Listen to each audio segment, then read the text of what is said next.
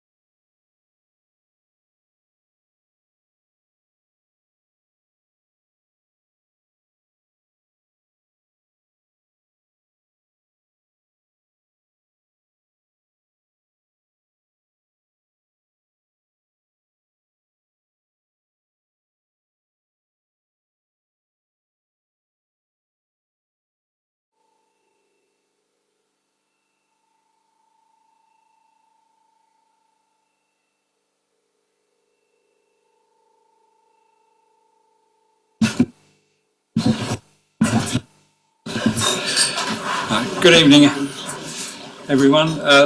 Welcome to the Planning Committee North for the 9th of April 2024.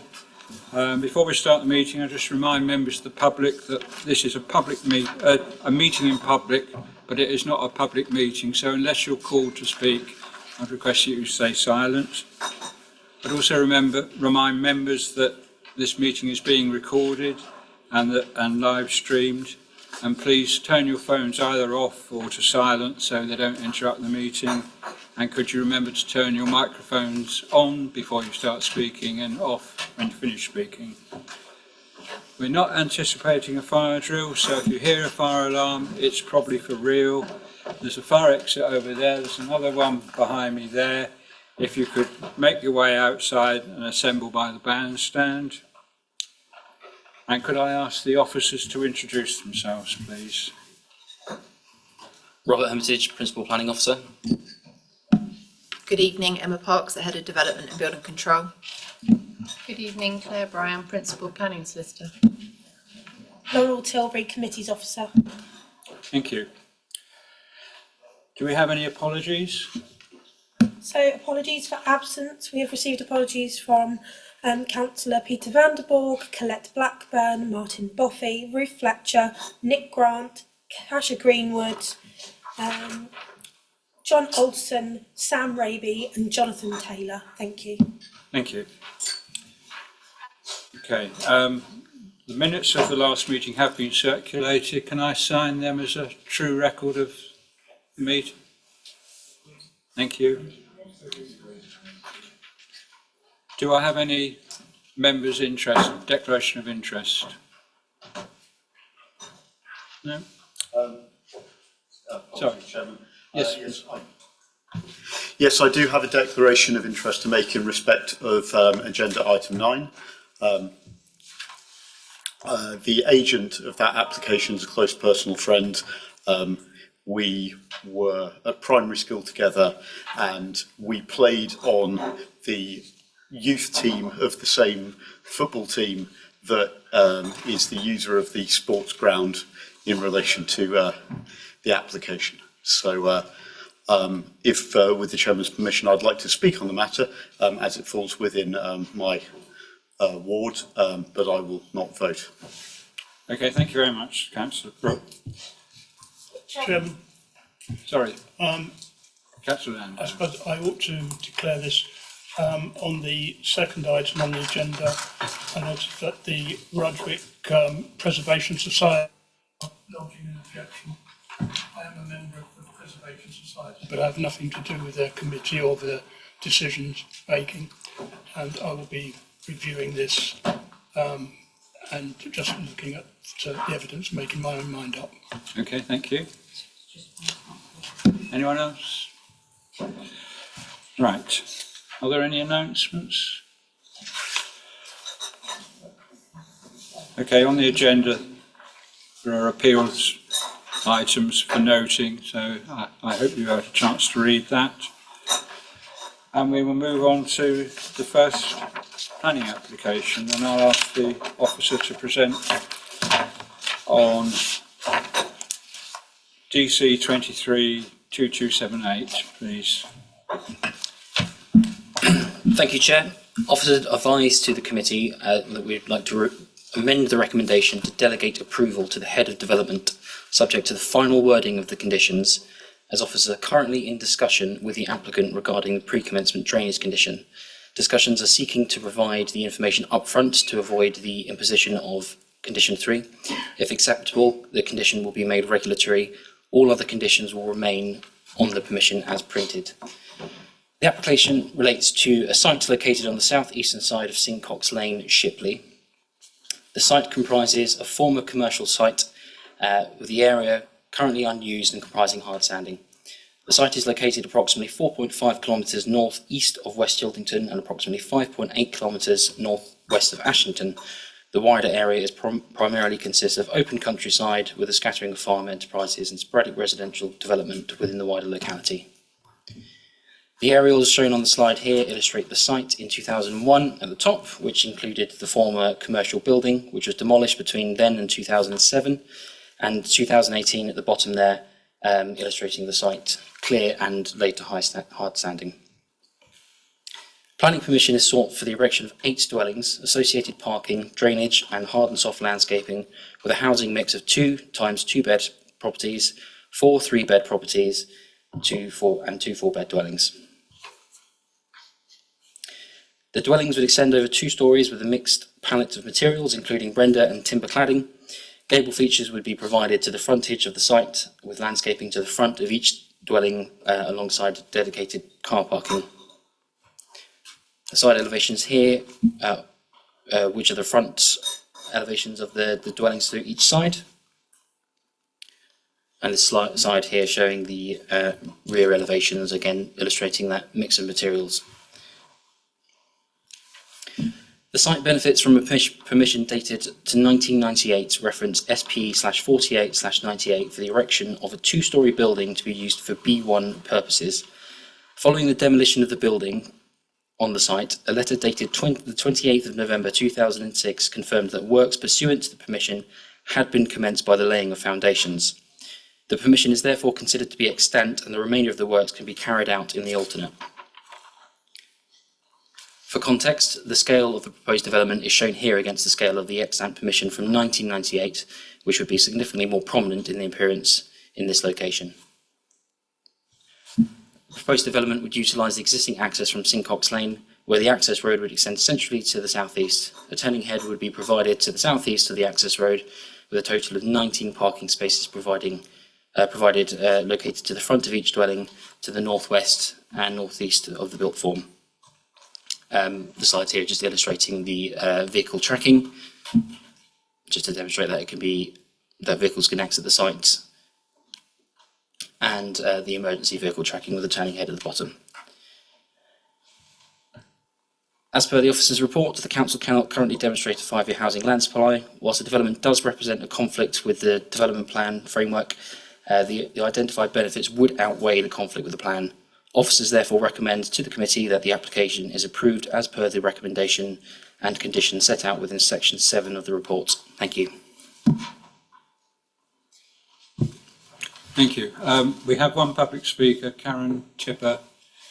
You have 2 minutes.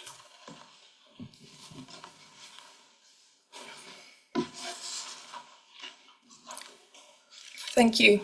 The Planning Officer's report sets out clearly the site context and the planning policy position, confirming that the presumption in favour of sustainable development is engaged.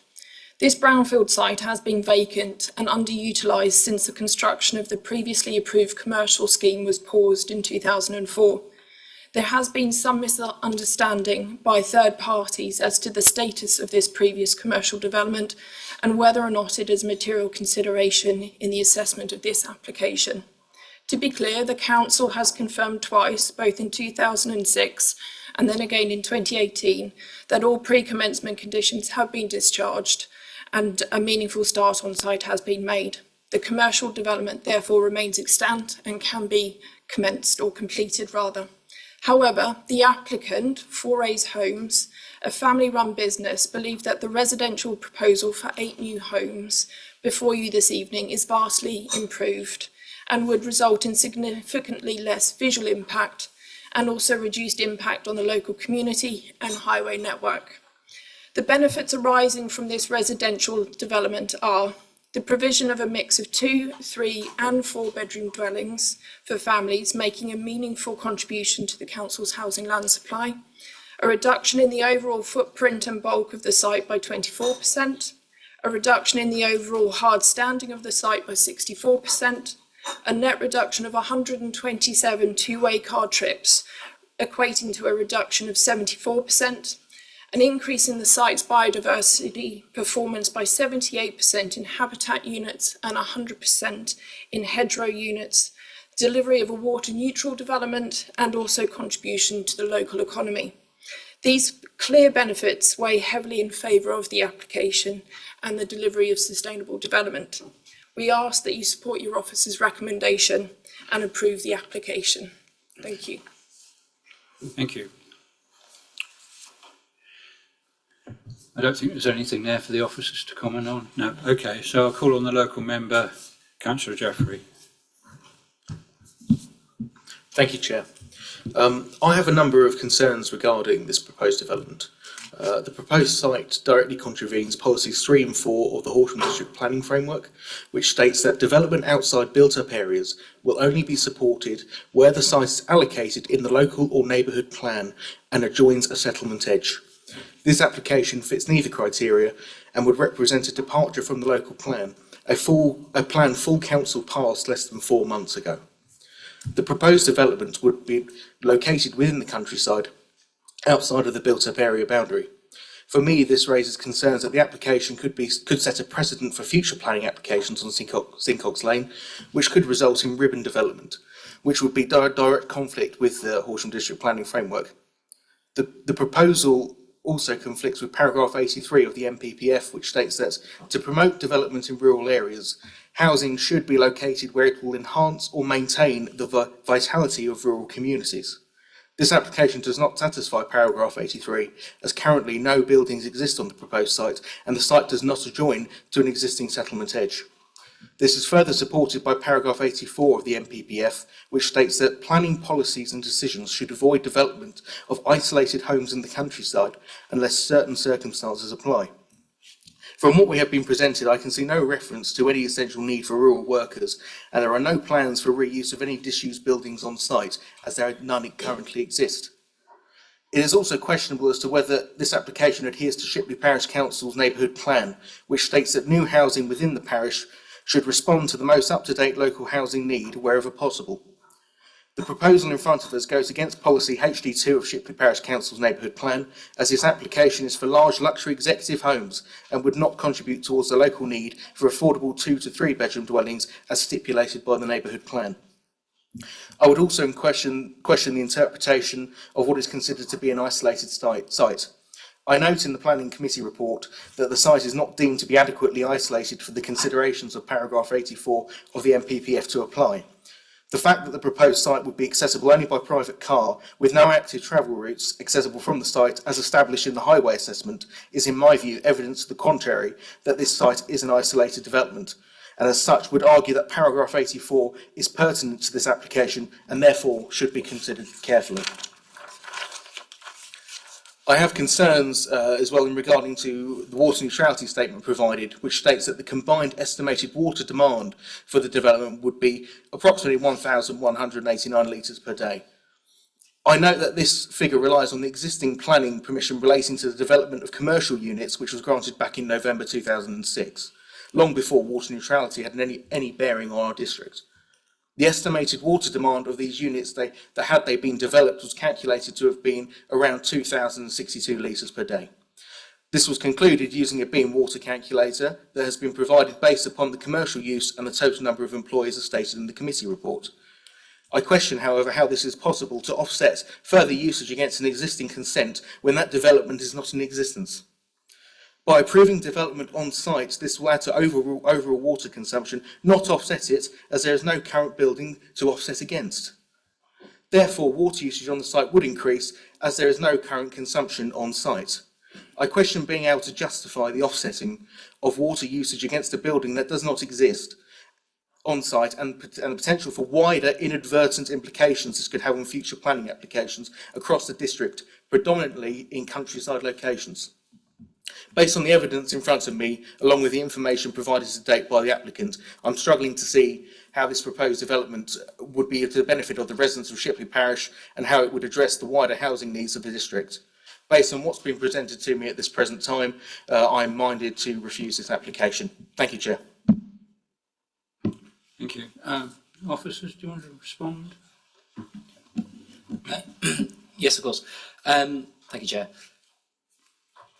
Councillor Jeffries raised concerns, obviously, regarding conflict with policies 3 and 4 as set out in the reports. The council currently does not have a 5-year housing land supply, and that is accounted for in the overall planning balance within the report.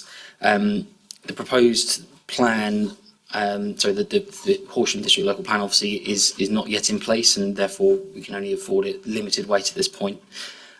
With regards to comments of paragraph 83 and enhancing and maintaining the setting, the officer's report at paragraph 6.26 and 27 does establish that it would not result in any greater visual impact than the previously approved commercial scheme, which we'll get onto in a second about the previous consent on the site. With regards to contrary to the Shipley plan, of course, the officers have considered the neighbourhood plan. It does form part of the framework, and it doesn't supersede the HDPF. It's read alongside it, and again, that's been considered in the overall planning balance. With regards to water neutrality, and again going back to the previous consent on site, as stated by officers, we are content that the permission has been enacted and it therefore is it can be undertaken as per the 1998 permission, which would therefore demonstrate a reliable fallback in the alternate. Comments regarding the BREEAM and the OFPAT figures, it has been calculated in accordance with the council's FAQs, which are published on the website, and also just going back as well to in terms of housing needs. I mean, this development does comprise a suitable mix of small, 2-bed and 3-bed houses in addition to 4-bed houses. Thank you. Thank you. Councillor Vickers. Thank you, Chairman. I'd like to start by saying I totally agree with Councillor Jeffrey's concerns. Shipley Parish Council also raised those concerns, and I have a copy of the letter which states that the permission back in 1998 was implemented.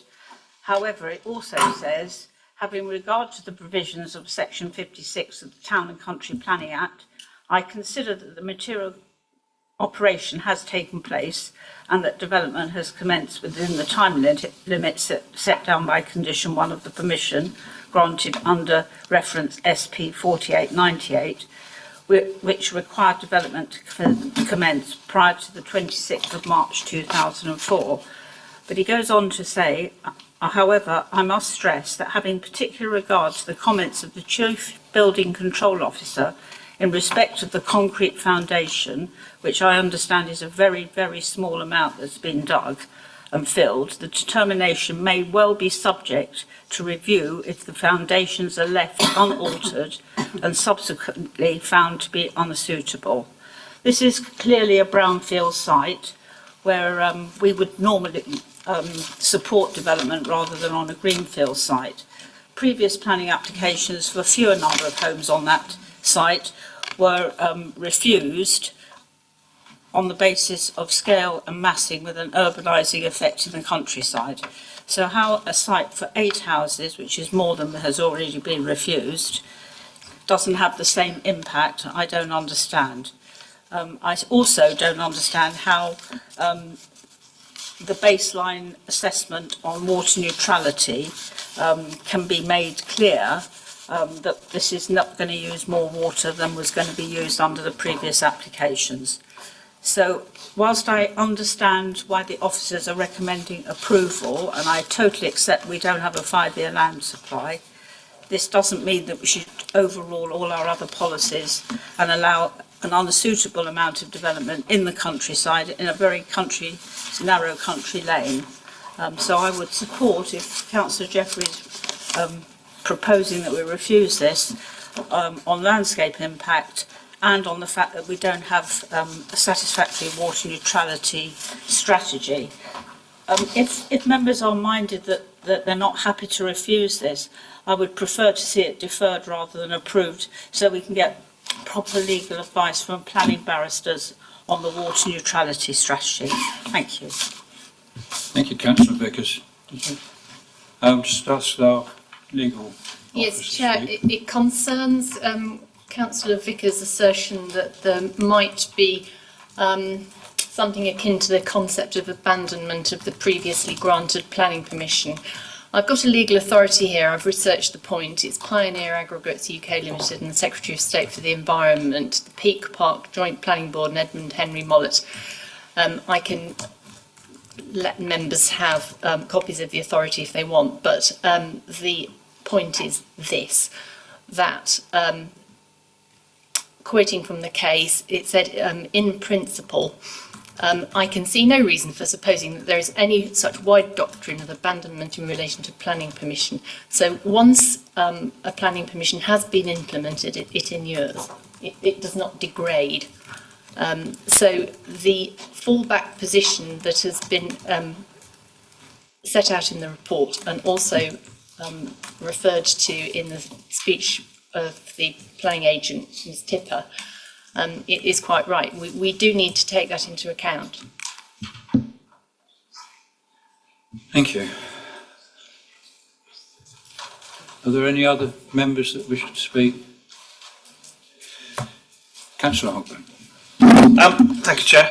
I am really struggling on the water neutrality. I mean, we've all done planning training and, you know, you've been to the same seminars as I have. And this site is currently using zero water, has been using zero water for over 10 years and over 20 years, sorry, I stand corrected. How can we offset the potential new use against a theoretical figure that hasn't existed for 20 years? It just seems illogical to me, and I guess I wish to challenge the water neutrality statement, please. Thank you, Chair. I think this is not an unusual scenario that we've come across with regard to a fallback. So it's not new. Obviously, this is a particular application we're considering, but the concept of considering a fallback alongside water neutrality is not new. So I think what we have to acknowledge is the site has an extant permission, which they can lawfully implement without any further consent of the council. So that could happen, and you know, the application has confirmed that it's their intention to implement that if in the event that this application is refused. So because that will happen without any further consents of the council, that will have an impact. So it is right that we consider that impact alongside this impact, because you know, they will be similar, and that's why I appreciate when we're saying it's not there, but ultimately it can happen without any further consent of the council, and that's why we are considering it as a fallback, and that, as I said, has been the case for other applications where we've considered a fallback. If I can just go back to the application itself, if I may, for a second, Chair. Obviously, the application is a departure. It's recognised as a departure, and indeed that's the reason why it's before members. But you know, in considering an application, you consider an application in accordance with the development plan, unless material considerations indicate otherwise. So what are those material considerations? You have an extant permission, which we've just discussed, which in fact is bulkier and has, in some instances, transport, etc., a more harmful impact than what you have before you. And we have no 5-year housing land supply. So those are your key material planning considerations that indicate otherwise. So members need to be very mindful of that as part of their decision making. Thank you. Thank you. At the moment, the recommendation is to delegate this. I haven't actually had a different proposal tabled. Is there Councillor Jeffrey? Thank you, Chair. Could I put an alternative motion to that to have approval decided by committee? Is that possible? Sorry, so you want it brought back to committee? Rather, once further information is sought, yes, that's what I'm proposing. It be brought back to committee rather than delegated. I think we need to be clear on what the reasons for deferral is, and obviously what we need to be mindful of other decisions that the council have taken. So what I'm just mindful of is what are we seeking advice on that as a council we don't already know the answer to. So obviously it's a decision entirely with members, but I think we just need to be very clear if we're to move a motion for deferral, what that is for. Thank you. Well, what I'd suggest is a motion for deferral on the grounds of landscape impact and the lack of clarity, which I think I've shared by a few other councillors on the water neutrality implementation.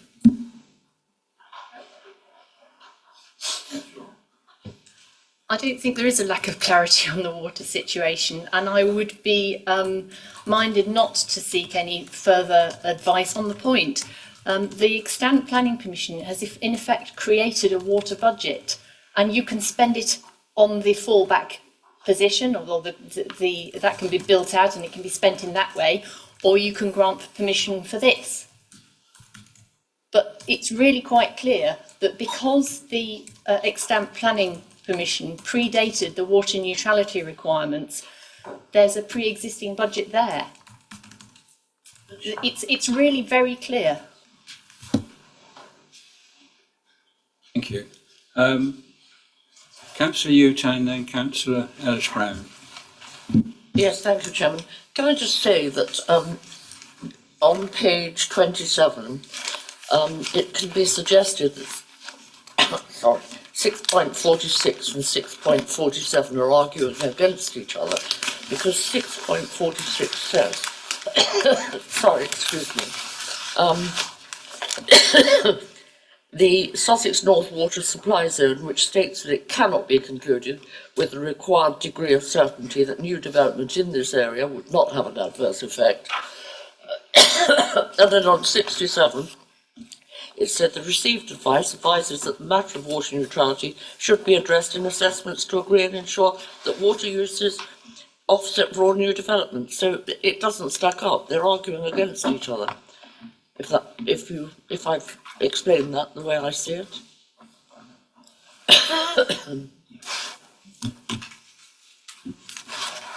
Answer your question, Councillor Utam, but I can't see how they are in conflict with each other. Maybe not.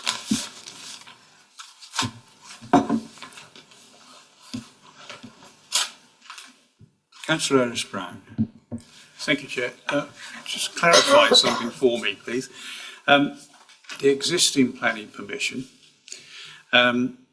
there's no outstanding conditions on that, so therefore the water neutrality is clear. So if we refuse this evening, they could build what they've had permission for and use as much water as they like.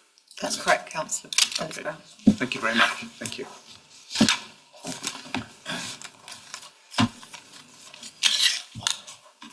Councillor Vickers. Yes, Chairman, I'm not happy that this goes ahead as it is. I think there's some conditions that need to be tightened up as well, not least the fact that the fire officer said he needed a fire hydrant on site. I'm still not convinced that the water neutrality strategy actually does stack up. And for that reason, I think either we defer it or we refuse the application. And I'd like a vote taken, please. Just to confirm what the motion is, who's putting forward the motion, what it is. Yeah, if you could give us a wording for a motion, Councillor Vickers. Sorry, I thought Councillor Jeffrey had already proposed a refusal or a deferral. Can I just clarify, Councillor Jeffrey? So it's to defer the application for further advice around water neutrality. You also mentioned landscape. What would you be seeking within a deferral period around landscaping? If you could either clarify that point or amend your motion, that would be appreciated. Thank you. No, thank you. Obviously, since taking further advice since then, I would like to change my motion to move to refuse, please. On grounds of landscaping, in terms of the impact on the landscape, and in my mind, it is on the water neutrality strategy. I'm sorry, I'm not convinced. Thank you. And I'll second that, Chairman. Thank you. But so the motion is purely to refuse on landscape. Water neutrality. So can I, sorry, Councillor Jeffrey, I don't mean to come back to that. We just need to be clear on what the motion is. So is your motion that the development has a harmful impact on the landscape? And in terms of water neutrality, what are your concerns which you would consider should be a motion for refusal around water neutrality? So on the landscaping, you're correct. It's on the harm on the landscape. That's one of my concerns. On the water neutrality aspect, it's simply that from what I'm seeing here is I'm concerned that the development isn't going to be water neutral. That is my main concern. Thank you, Councillor Jeffrey. Needs to be seconded, and then if I can come in. Yeah. Can we have a seconder for that before? Yes. Thank you, Councillor Vickers. It's up to you if you want to take a question. I'll go to the vote. It's up to you whether you want to take. Okay, can I just hear briefly from Councillor Minto, then Councillor Milne? I just wonder if it's too late to get any clarity on what the potential harm to the environment would be with the original proposition compared to the subsequent proposition, because I'm just concerned what people might be voting for.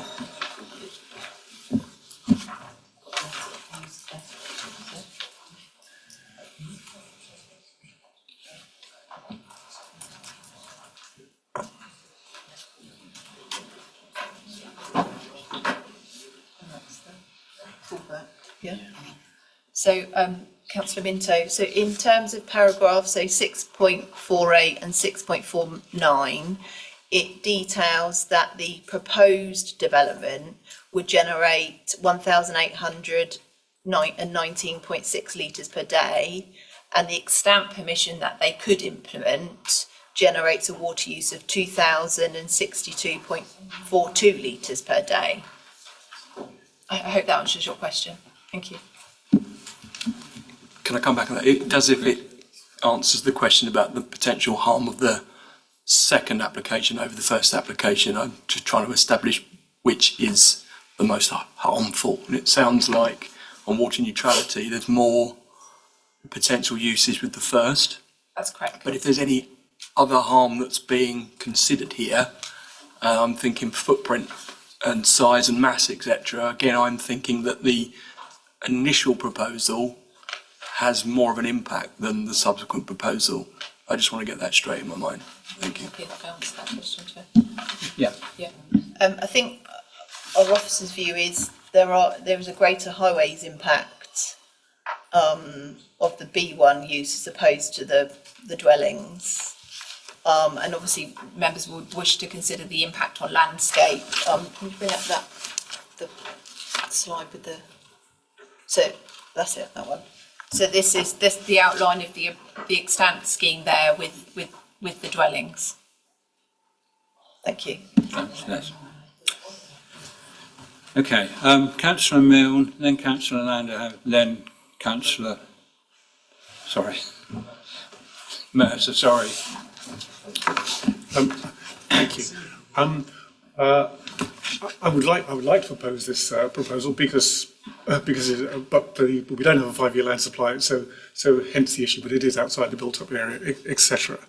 However, I am quite concerned about our potential grounds for deferral here, the water neutrality clarity, because I'm absolutely sure we've passed previous applications where there was a usage, but it's not necessarily still being used. So it's a commercial site. I think we did it with a garden centre or nursery rather, which is not in active use. So it's no longer using that water, but still has an allowance historical prior to water neutrality. So yes, you can transfer that allowance, as it were, which is the same as as proposed here. So whether we agree with it or not, I feel like it has been done.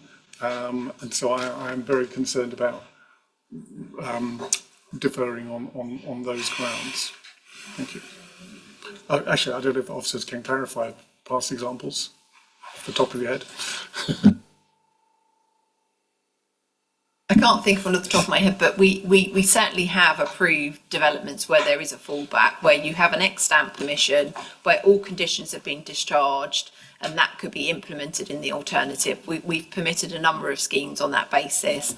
I can't think of one off the top of my head, I'm afraid, Councillor Milne, but we definitely have. Thank you. Councillor Lander.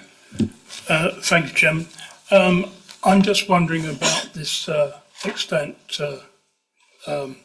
proposal application, where the harm is in here, because surely prior to this application there was an industrial site on there already and with some fairly substantial buildings on. So I don't see that the harm there is any different than it was before. I agree. The housing is much more significant. Just conscious. Councillor Mercer. I'm still confused about water neutrality, forgive me. I've listened to my planning training very carefully, and we've constantly been exhorted to look at what the actuality of a situation and not predict into the future what might happen. As I understand it, although we have an extant planning permission, we do not have a building. The building is not using any water. There is no evidence that there would be a building. I appreciate the applicants may choose to implement the previous planning permission, but they haven't done so. So how can we take account of that notional water use and say there is therefore a water budget against which we can consider what this proposal is suggesting? I find that extremely confusing and not actually the principle that we've been following in other circumstances.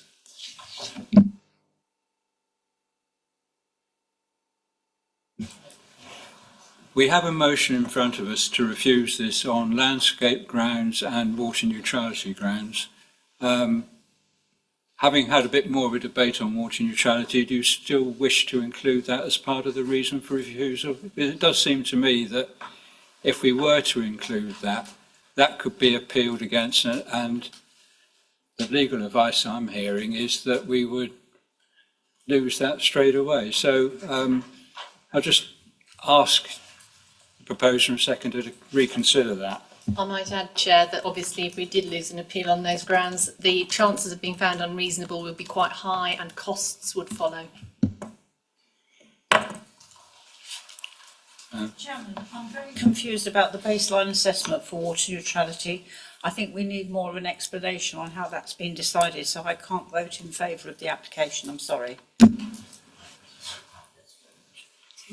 think Councillor Councillor Jeffreys, are you minded to continue with your motion as I'm going is? to continue with my motion. However, if any other members would like to propose an alternative motion, I'm open to hearing what they have to say. Thank you. I would sooner move to taking a vote on this motion rather than have yet another motion in front of us. So, has anyone got the definitive wording for Councillor Jeffreys' motion? Councillor Jeffreys, I think we've jotted down what we understand your motion is, if we can just confirm that with you. Thank you. So the first reason for refusal I have is the proposed development, by virtue of its location within the open countryside, would result in an adverse landscape impact and would therefore be contrary to policies 25, 32 and 33 of the Horsham District Planning Framework 2015. And the second being, notwithstanding information submitted, the applicant has not demonstrated with a sufficient degree of certainty that the proposed development would not contribute to an existing adverse effect upon the integrity of the internationally designated Arun Valley Special Area of Conservation, Special Protection Area and Ramsar sites by way of increased water abstraction, contrary to Policy 31 of the Horsham District Planning Framework 2015, paragraphs 179 and 180 of the National Planning Policy Framework 2023. Thus, the local planning authority are unable to discharge its duties under the Conservation of Habitats and Special and Species Regulations 2017 as amended, and Section 40 of the NERC Act 2006, Priorities Habitat Species. That was first. We read that. Yeah. Right, okay. I hope you've all absorbed that.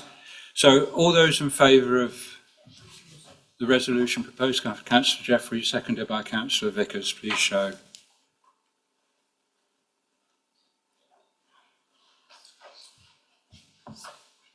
Yeah. That's 7-4. All those against?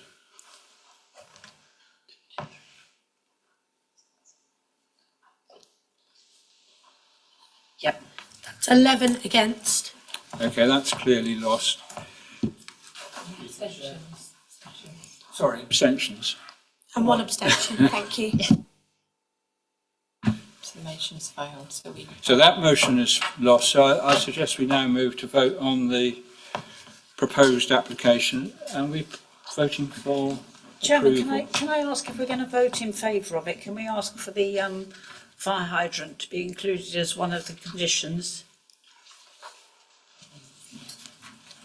We are finding that the West Sussex Fire and Rescue are proposing this condition, whereas it is generally managed by building regulations, which is why we're not seeking to duplicate other legislation. Obviously that decision is with members, but I'd just be mindful of that if you're deciding whether you wish to add that on. Thank you. I think it's important that it's clear, thank you. Okay. So we're voting for approval. So just to clarify, we did amend the motion, so it's delegated for approval in accordance with the conditions printed, with the exception of the drainage condition, which will be revised because the applicants wish to seek additional information. So it's essentially as printed with delegation to me regarding drainage. Thank you. Okay, all those in favour of the approval?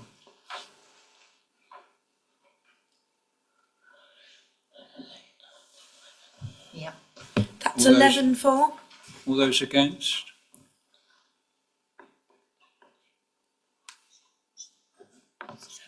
That's 7 against Any abstentions? and 1 abstention. Thank you. No, that is carried. Thank you. So we now move on to DC 232142 Boreham House, Church Street, Rudgwick, and we have half a dozen speakers. Could I ask for the first speaker, Paul Konecki, who has 2 minutes. We do presentation first, the officer's presentation. Sorry? Oh, sorry, presentation, sorry. Yeah. You beg your pardon. Just so that people know what you're going to be talking about. Thank you, Chair. Officers advise members that an additional letter of representation objecting to the proposal was received since the publication of the committee report from an address already contributing to the representation. So the letters of representation will now read 23 letters of objection from 13 separate addresses. The application relates to a site to the east of Church Street in Rudgwick. Permission was initially granted for 2 additional dwellings on the site in 2019, which preceded 3 further consents to vary the conditions attached to that permission in 2022. The site is partially sited within the Rudgwick Conservation Area, though directly adjacent to it, which comprises a number of listed buildings as shown on the constraints plan here, in addition to a TPO tree to its northern boundary. Section 73 consent, commonly referred to as removal of or variation of conditions application, is sought to vary the conditions attached to the most recent extant planning permission, DC 22-2048, which are Condition 1, the plans, Condition 8, details of the air source heat pump acoustic enclosure, Condition 9, foul and surface water drainage details, Condition 10, finished floor levels, and Condition 13, arboricultural impact details. For context, this slide here illustrates the extant permission from 2022 and the proposed amendment shown on this next slide here. The main alterations to the scheme comprise the relocation of plot 2 some 2 metres south of its approved location, the rearrangement of the access from the entrance to the site, and amendments to the rear garden of plot 1, in addition to a tree being sited on the site plan, which was previously not depicted. As per the officer's report, Condition 8 attached to the 2022 permission, shown here, requests the submission of details proposed for the air source heat pump enclosure to mitigate against any potential noise disturbances. Details of the enclosures has now been provided, as shown here. Council's environmental health officers are satisfied that the proposed detail would sufficiently mitigate against any potential harm. Accordingly, officers recommend that the condition is amended to a regulatory condition, specifying that works be undertaken in accordance with this detail. Condition 9 attached to the 2022 permission required details of the proposed method of foul and surface water drainage to be undertaken in accordance with the approved details discharged under the application referenced within the condition. For context, the approved drainage details are illustrated here, the red lines illustrating the foul water routing and the blue for surface water, the green hatched area to the top left being the attenuation storage. And the proposed layout is shown on the next slide here. So just to point out the main changes, I'll flip between the two just so everyone can see the changes. So it's mainly where the red line of the foul surface the foul drainage is going. Oh Christ, I've gone too far. So you can see there it moves closer towards the access, and then also some minor changes to the internal surface water drainage as well. The proposed amendments to the drainage layout are minor to the overall approved design. Officers therefore recommend that the condition is reworded to capture the latest plans as shown on screen here. Condition 10 required the finished floor levels of the development to be undertaken in accordance with the approved plans. The proposals incorporate the following amendments to the levels, which is the garden shed to the rear of plot 1 dropping from 10.15 metres to 9.7. This is owing to its relocation within the garden. Garage serving plot 2 increasing from 9.65 to 10.1 metres. Plot 2 increasing from 9.92 to 10.2 metres owing to its relocation 2 metres south of its approved position. And the gradient of the access would vary from the approved ratio of 1 to 11 to 1 to 23 to 1 to 10 to 21, with a slight increase to the finished level of the surface owing to the use of permeable surfacing, which ranging between 0.01 and 0.1 on the crest of the slope. The proposed amendments to the levels are not considered to adversely impact on the appearance of the development as approved, nor result in any amenity harm over and above the approved arrangement. Accordingly, officers recommend that the condition is updated to reflect the new plans. And finally, condition 13 required works to be undertaken in accordance with the approved arboricultural details, including the use of specialist foundations to the northern section of plot 2, owing to its location near to boundary trees. The proposal initially sought to remove T13, which is shown on this plan here, with plot 2 in its approved position, as it is not economically viable for the applicant to construct the dwelling with a specialist foundation as approved under DC 220085 and would likely result in harm to the trees following further investigations. However, following public representation and consultation received from the Council's landscape and arboricultural officers, the tree is now proposed to be retained. As a consequence, plot 2 has been relocated 2 metres south of its approved position and the specialist foundations are no longer proposed to be used. The garage serving the dwelling would utilise screw pile foundations which would not adversely harm the long-term health of the boundary trees. Following further advice from the Council's arboricultural officer, it has been noted, and I quote, "Moving the dwelling 2 metres away from the tree will reduce the level of development within its root protection area, but using standard trench footing will still result in root loss within the tree's key rooting area. However, due to the increased distance away from the tree, this would be less of an impact than the specialist foundations, which is an improvement on the extant permission on the site." Accordingly, though the development would result in some root incursion, the proposed arrangement would be a betterment to the overall health of the trees compared to the approved layout, even without the use of specialist foundations.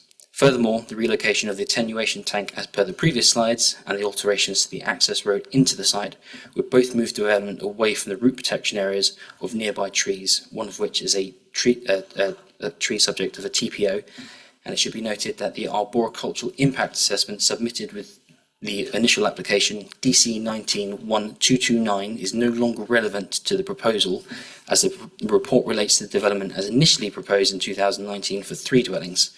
The proposed varied wording to the condition is thus advised. Overall, the amendment to the layout would not harm the existing tree planting and would instead represent a betterment to the extant arrangement, which would be implemented in the event that permission were to be refused today. Officers therefore recommend to the committee that the application is approved as per the recommendation and conditions set out within section 7 of the report. Thank you. Thank you. Thank you. Right.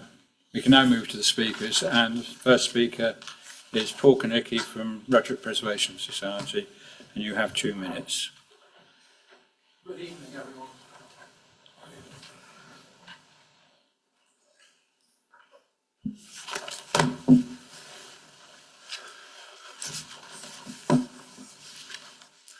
Fringing the conservation area, a line of 6 large oak trees form a landscape feature that Rudwick Preservation Society wishes to safeguard. The 2019 approval cited 2 new dwellings with due regard to root protection areas. In 2022, Unit 2 was redesigned with significant RPA encroachment. The tree officer withdrew his strong objection only on condition of special hand-dug pad and beam foundations. 18 months later, the same tree officer wrote, The use of the permitted foundation system is not achievable in a manner that would minimise the impact on the trees to the north. Excavations required to install the permitted foundation type within the RPA of T13 would result in a level of root loss that would be detrimental. With an outrageous idea to fell T13 finally abandoned, it's now proposed to move Unit 2 just 2 metres southwards. That's still well within the 9 metre radius of T13's RPA, and worse, now with standard trench foundations involving mechanical diggers. The Society agrees with the reservations of the HDC and tree and landscape specialists. Quote, a slight improvement in terms of tree-to-build relationship, but this is far from perfect, and concerns are still raised with the sustainability and longevity of the tree corridor, as the relationship between T13 and Unit 2 may still cause future issues. Councillors, you're being encouraged to approve this appalling scheme on the pretext that there's a worse extant permission. But this fallback is not feasible. It cannot meet regulatory condition 13, tree protection. So worse or better is completely irrelevant. Please protect these majestic oaks by refusing this application. The Preservation Society thanks you for giving it the opportunity to make this statement. Thank you. And our next speaker is Kate Clark-Kennedy, and you have 2 minutes. Thank you. Good evening, everybody. The 2019 permission to build 2 new homes at Boreham House predated our purchase of Wisteria Cottage. We were content that the approved plans for this neighbouring development respected the site constraints, especially the line of 6 significant oak trees on the boundary, preserving this key landscape feature and its habitats. Since then, there have been numerous amendments exposing significant errors in the initial tree survey. For example, the T12-T13 gap drawn 9 metres too wide and completely omitting T29 despite it being 18 metres high. Coupled with the insensitive redesign of Unit 2, this has put the sustainability of the line of oaks at huge risk due to proposed excavation within root protection areas. Our tree, T11, protected by a TPO, is proposed to have its roots dug through its RPA for use as the service run for the development. The tree officer has concerns about this work within the RPA, and he even says that regardless of how much care is taken, the action of digging an open trench through the RPA of T11 will result in some root severance that over time will likely be detrimental to the overall condition of the tree. This same tree is to have its crown raised to 5.5 metres by removing a substantial primary limb for construction vehicle access. We have no issue with the building of either of the houses on this development, but we do have issue with the inevitable destruction of the trees on the boundary. We have been told there is no longer a buyer for Unit 2, so we ask that the applicants revert back to the 2019 footprint, which is for a similar sized 4-bedroom house, and change the position of the service run, thereby protecting all these important trees.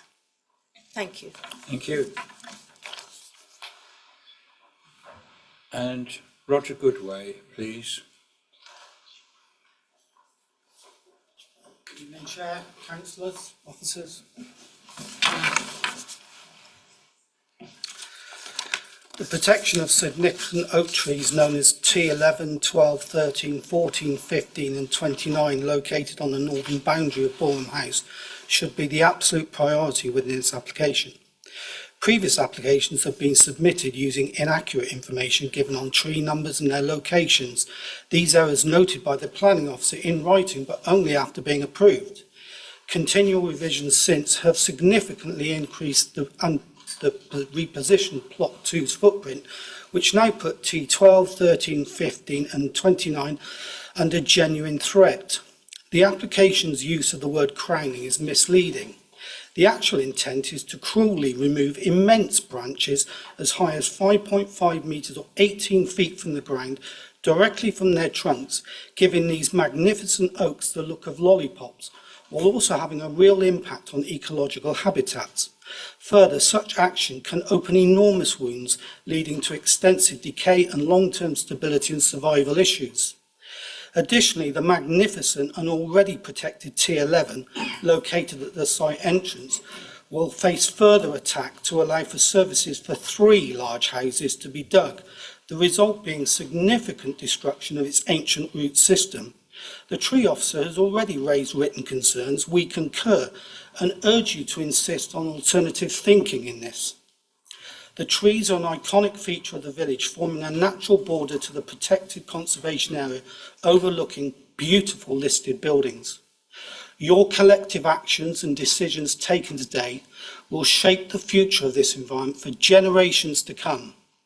We urge you to be the champions for the protection of these valuable oaks and ask you robustly to reject this application. Thank you. Thank you. And Henry Wagstaff, agent, you have 2 minutes.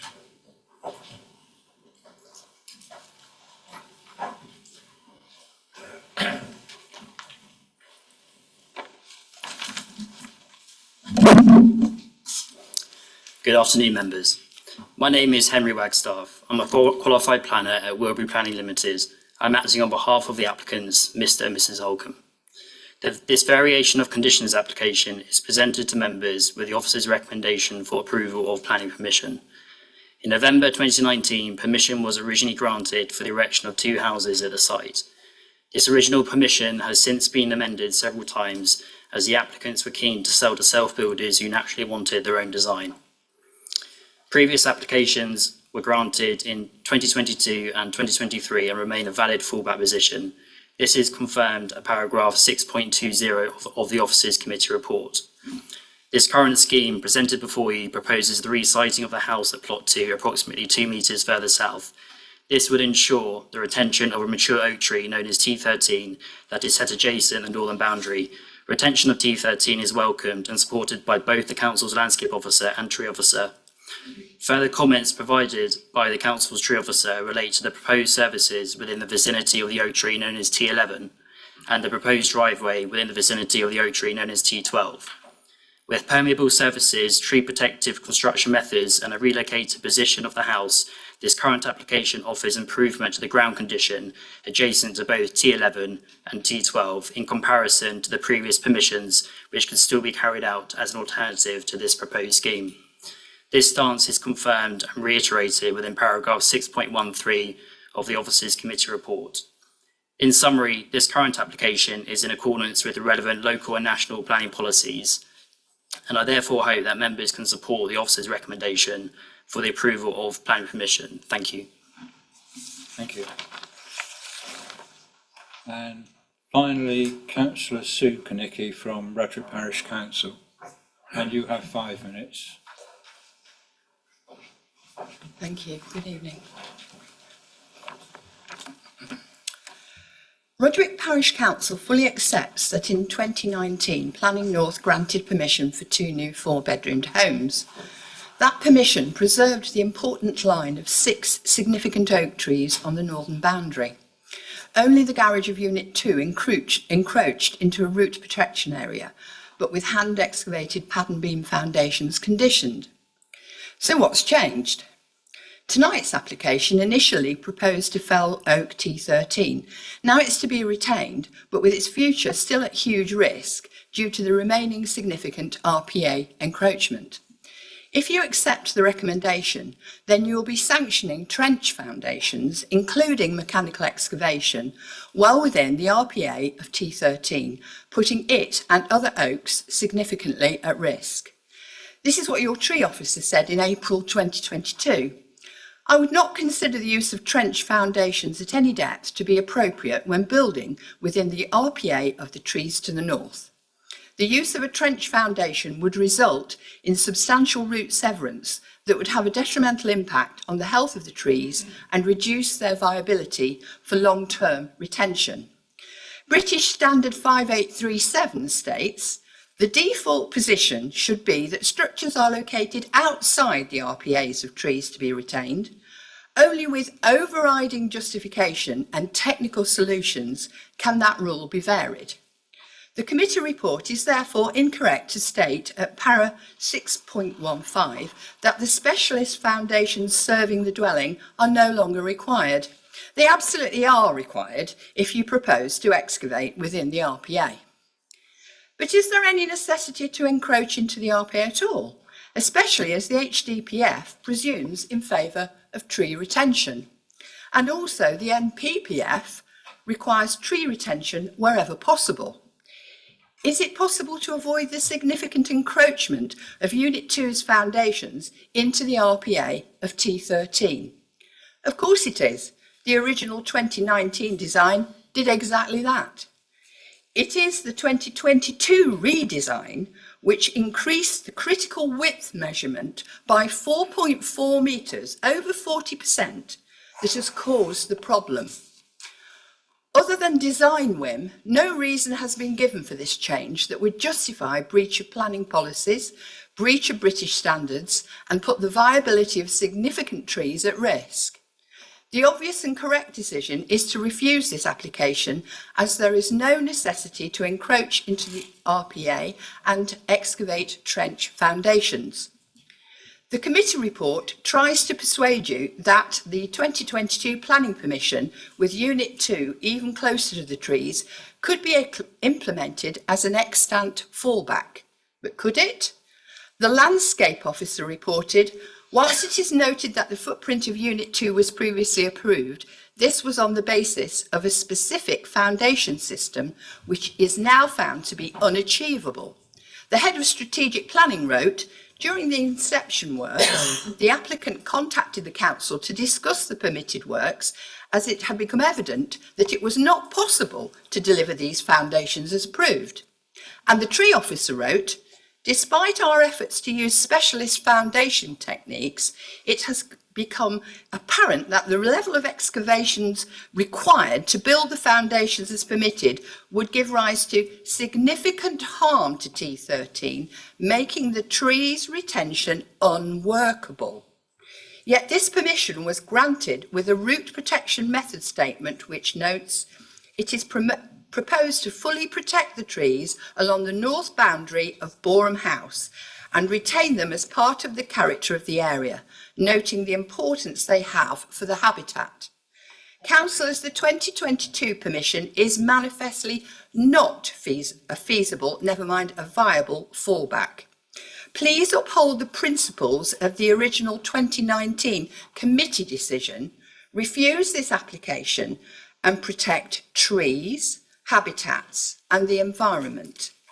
2 substantial new homes can still be built, and more respectfully too. Thank you. Thank you. Would the officers like to comment? Thank you, Chair. Of course, as set out within the officer's report, the proposals presented to you today would be an improved impact in terms of its sighting from the trees. It's still within the tolerance of the British standard as per the HTC Arbour officer's report comments that are attached to the file. There are other benefits to this scheme as presented as well, and if I just go back to them again, probably best shown here, actually no, probably this one. So in terms of the access and it being drawn away from the TPO tree to the north.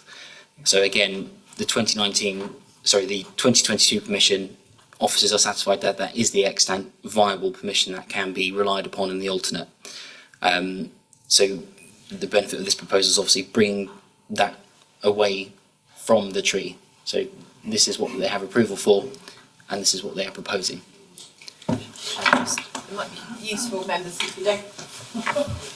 So, put the previous scheme up, please. That's the scheme. Okay, so this is what my colleague is talking about, this access road here. So that is the permitted scheme in 2022, and then the proposal brings this access slightly further away from this tree here. So that's one benefit that we're advising of. The other one is in terms of the storage. Which is the green hatched. So this is the permitted one. Yep. So this is where the drainage storage was in the permitted scheme here, and then the proposed one moves it down here, again, further away from the trees. And then obviously the other amendment is what my colleague has advised of in terms of the proximity of this dwelling to the boundary. So that's the three primary changes. I hope that's helpful. Thank you. I call on the local member, Councillor Landau. Thank you, Mr. Chairman. Can I ask the officers a couple of questions before we start?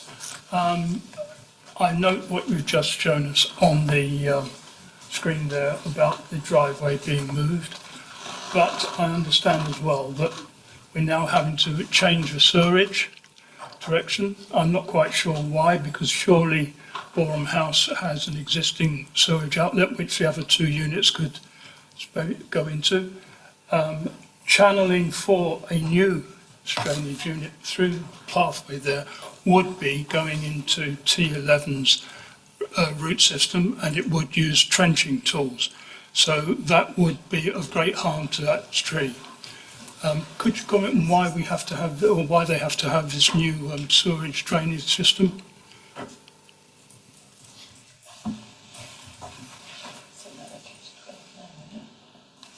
I think we're just comparing the plans, Councillor Landau. So this is the permitted, so it's the top left-hand corner members, which I think Councillor Landau is discussing. Is that right, Councillor Landau? Yes, yeah, which goes very near to. So this is the permitted one, and then the proposed one. There's not much in it, I don't think, Councillor Landau. We're happy to pause, members, if you wish us to stop on a plan, do advise, so you can have a look.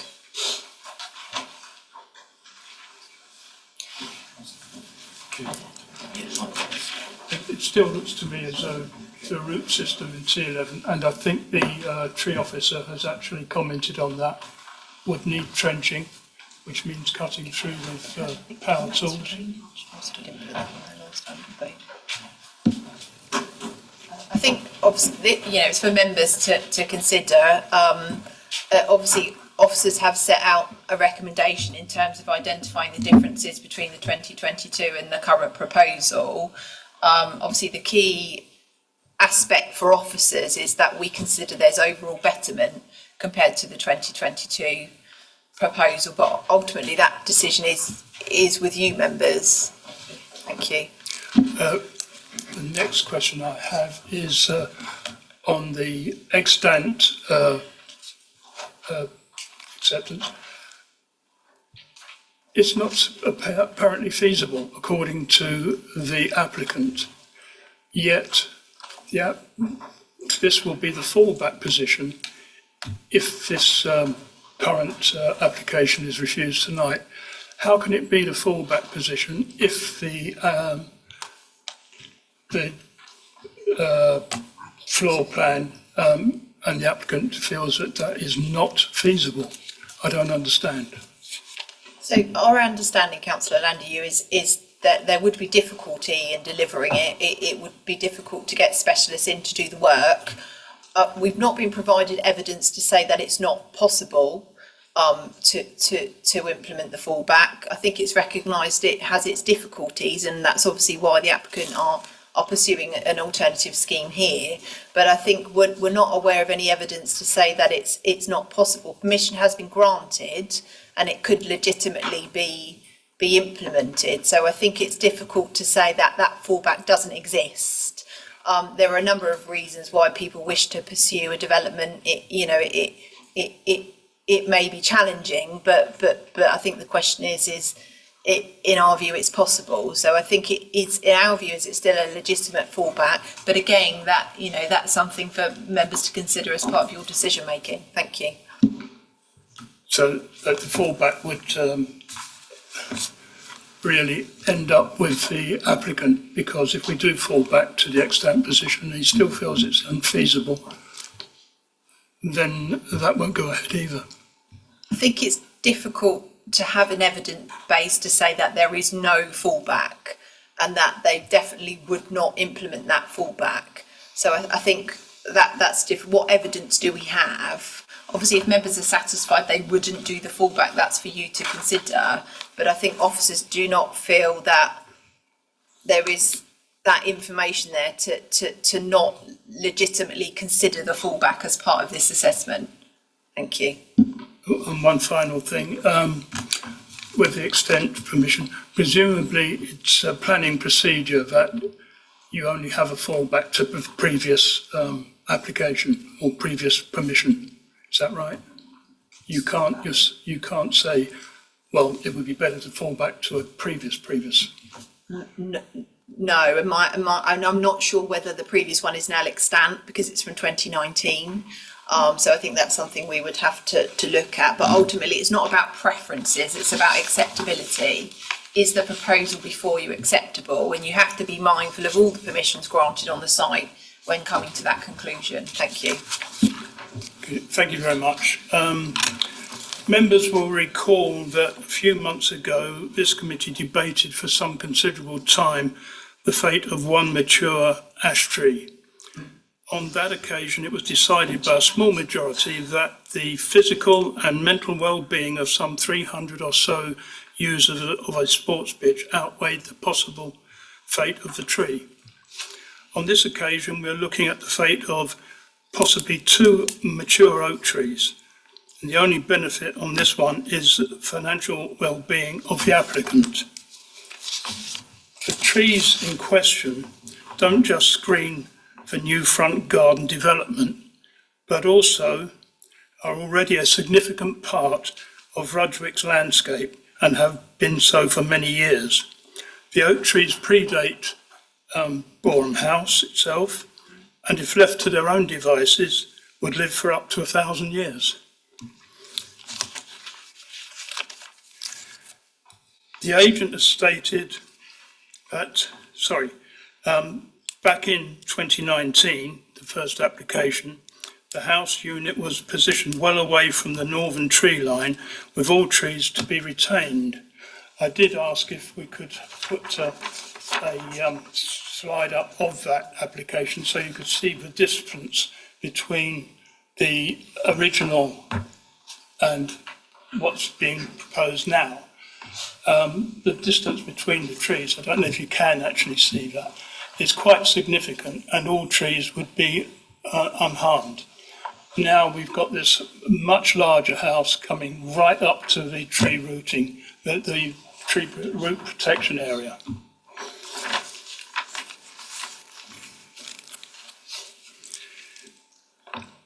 Back in 2019, the agent stated that a full tree protection plan had been completed, going on to say that each dwelling has been positioned and orientated to ensure that there would be no impact on existing trees and to ensure that the strong landscape character to be retained.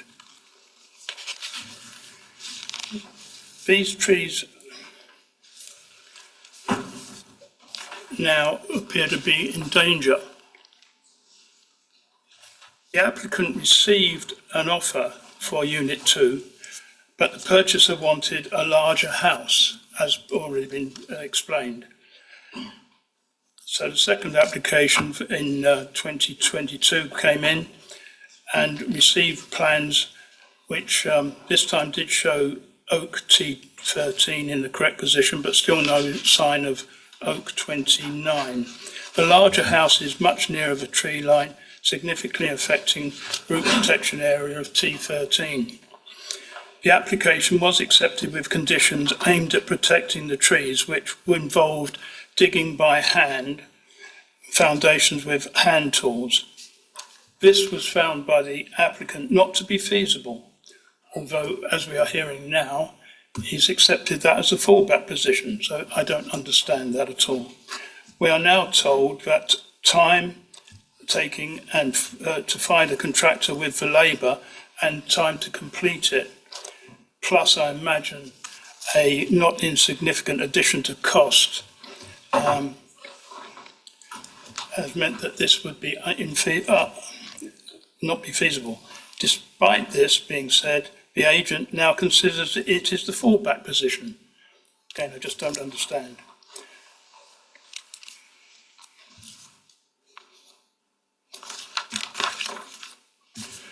tree officers agree the moving of Unit 2 by 2 metres will be less of an impact, but confirms that using the standard trenching footing will still result in root loss in the tree's key rooting area.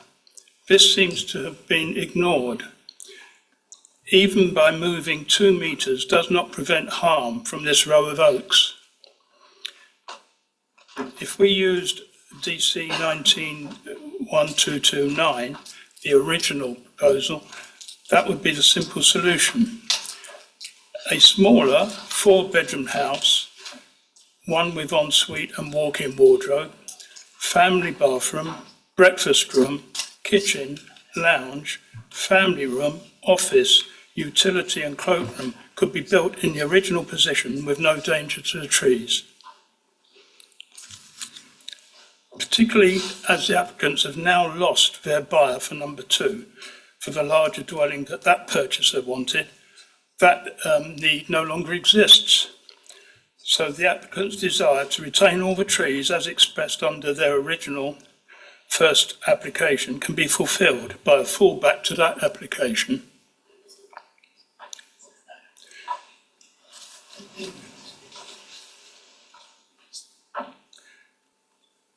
With everything we've heard this evening, I feel that we should ask the applicants to fulfil their original desire to retain all the trees on the northern border by asking the committee to reject this application.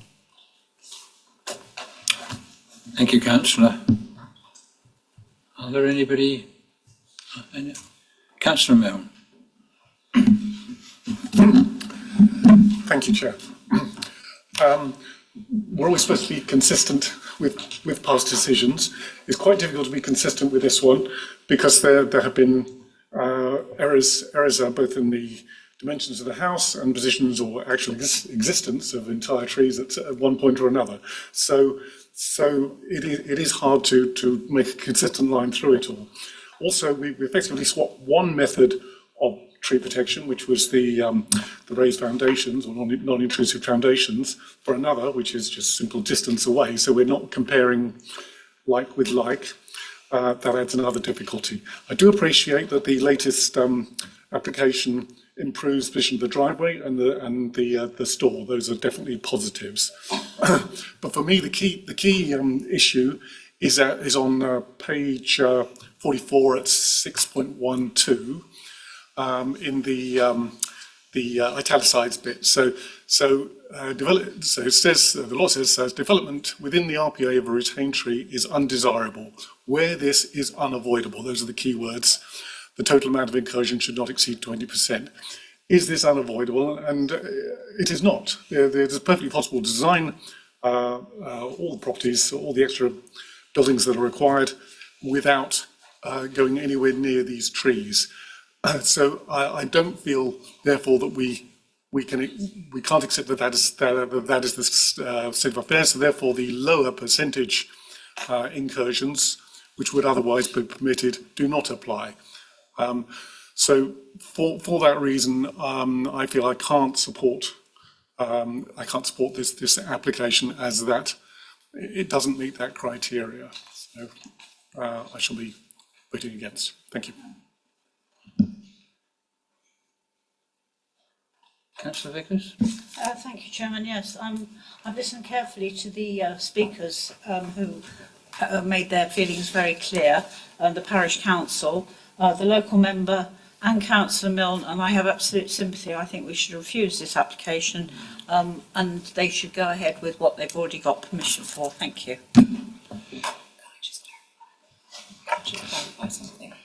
Yeah, can I just ask the officer to clarify one point? Just want to clarify, it is the officer view that the 29 permission is effectively expired and is not extant. So that itself is not a fallback. Our view is that the fallback is the 2022 permission. I just want members to be aware of that. Thank you. Oh, sorry. Councillor Emery, yes, and then Councillor Franklin. Thank you. Could I just seek clarification on if we were to reject this application and we revert to the previous one, what rights of appeal might exist?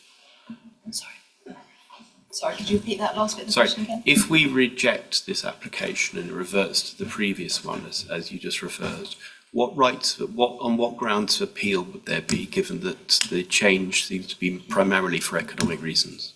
I think ultimately, you know, if members were to refuse this on the impact on trees, that's what we would have to defend, and it would be for the inspector to consider, well, as we members have done today, what impact that fallback has on the decision. So I think that would be, you know, for an inspector to judge as to whether that fallback carries sufficient weight to mean that, you know, the impact of this one is better and therefore acceptable. Obviously, that's the officer's view, but members would have to consider that. But if members, you know, decided to refuse it today,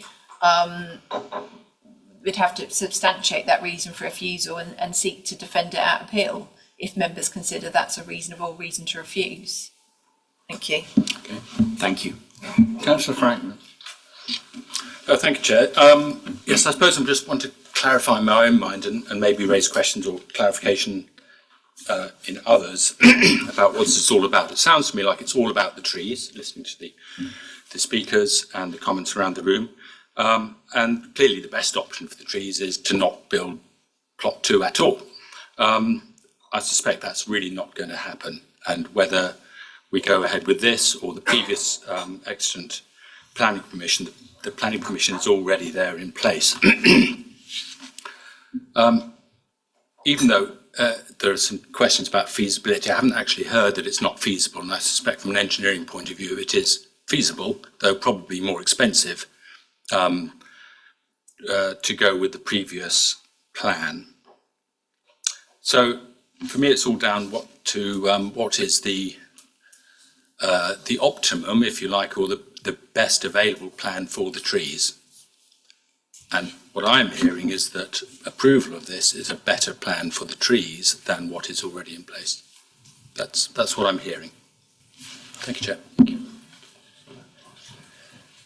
Councillor Hogman. Thank you, Chair. Conflicting information, haven't we? We have the I can't even say the word, Tree man. Tree man, the tree officer's report, that suggests that this is a more favourable plan.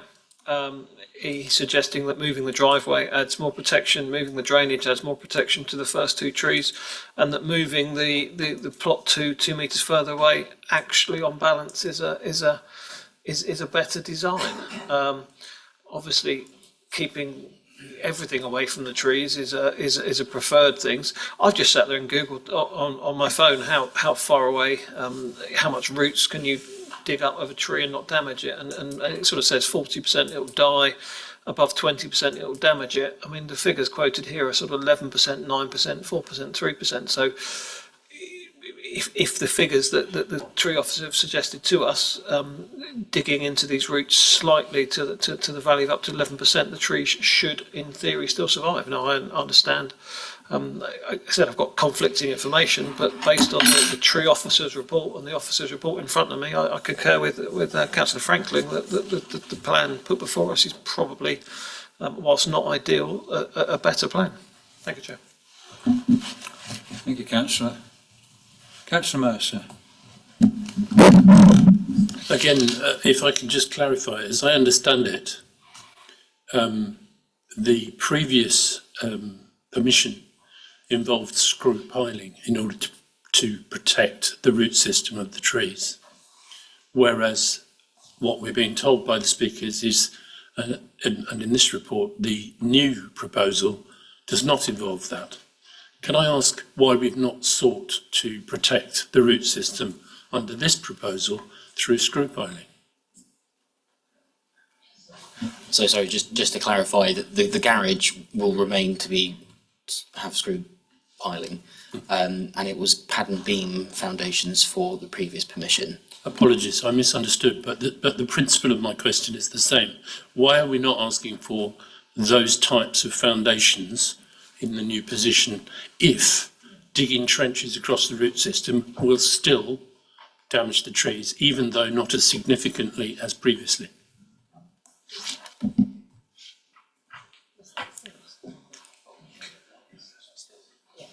Ultimately, I think we've assessed the scheme as submitted, and the comments from the arboricultural officer have considered that on balance acceptable.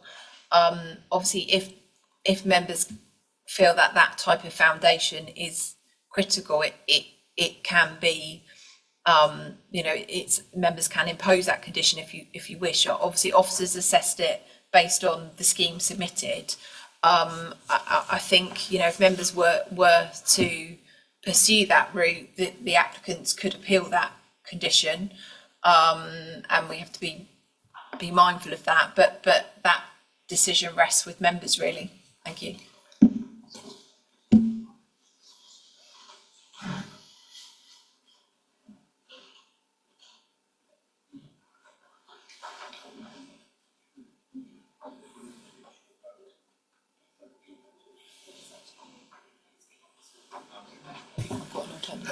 No. Councillor Frank. I also remember the meeting where we spent an inordinate amount of time talking about one tree. And for me, that decision was based on, with the vote that I made, it was based on the fact that that tree could probably still have survived had we had the building works gone. And here we're not talking about killing a tree, getting rid of a tree, we're talking about damaging a tree. And I'm very much in two minds on this, I have to say, but I just note here on page 40, the tree person, our arboreal expert, says the amount of incursion is acceptable under the guidance set out by building standards. And it's, we will maybe damage this tree, but it will not kill the tree. So I'd be sort of minded to support this at the moment. Thank you. Okay. Yeah, I think we're happy to go to the vote. We haven't got an alternative proposal, so I'm suggesting that we go for a vote on accepting I am this proposing that we refuse it, Mr. Chairman. on grounds. On the grounds that it doesn't comply with the MPPF para 36, that trees should be retained wherever possible. That there's no presumption on HDPF 33, there's no presumption in favour of retaining natural landscape features such as trees. And also section 19, that existing trees should be retained. Now, people are talking about damage. We don't know exactly how much a tree would be damaged before it dies. There is conflicting evidence or views within the report. Both the tree officer and landscape officer have raised serious concerns over the application over the limited space between the site boundary and Unit 2, and while Unit 2 has been moved slightly, concerns remain. This only makes a bad position a little worse. Development over the root protection area of trees would likely result in substantial amount of root severance. That's because of the trenching tools being used. And that would be harmful to the health of the tree. Mature trees are very susceptible to rapid decline due to sudden changes in their growing environment. This is what the tree officer is saying. Rapid deterioration could end up in the tree dying. So, despite the commitment to retain the oak T13 with special foundations to protect it, the initial proposal the applicant felt was to cut it down. Foundations to be trenched using machinery within the root protection area are not desirable. These are things which the tree officers are saying. The applicant was adamant that under condition 13 of the extant approval was not feasible, but now seems to change his mind. So condition 13, that is the special tooling for digging out the roots by hand, it's either feasible or it's not. However, the original application in 2019, which is now defunct, obviously, delivered a perfectly good house with no impact on the root protection area. This council, it has an environmental conscience, and we feel that damaging tree roots when absolutely no practical alternative here is the only reason that we would do it. There is a practical alternative.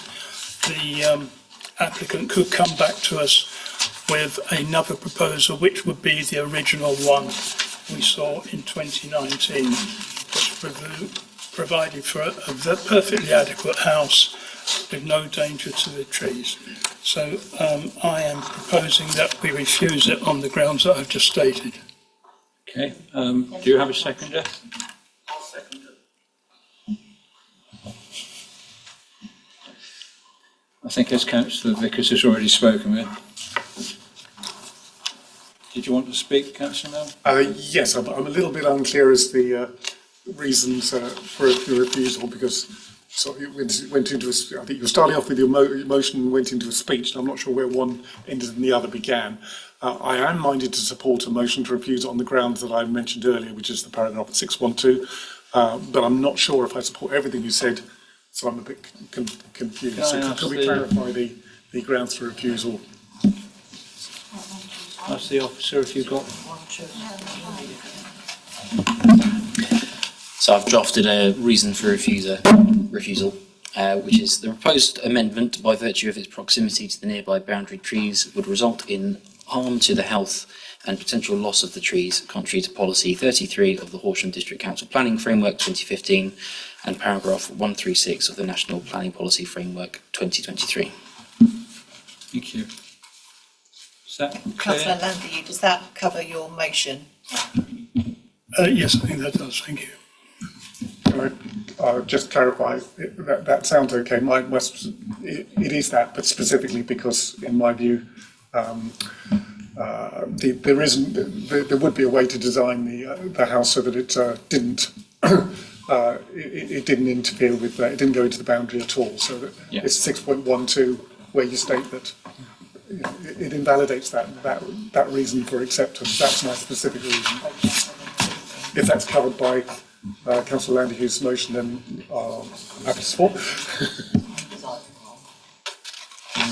So, Councillor Landy, given this is your motion, can I just clarify to add the wording that the development proposed within the root protection area of a train is undesirable, and in this occasion is considered to be avoidable, something along those wording? Does that, and that work take into account paragraph 6.12? Yes. Thank you. There's no question about houses not being built, it's just avoiding the damage to the trees. Thank you. So go to the vote. Okay.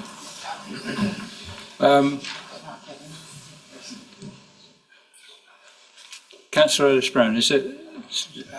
The officer mentioned MPPF 136 just a moment ago. Could you just clarify MPPF 136? Is that about ancient and veteran trees?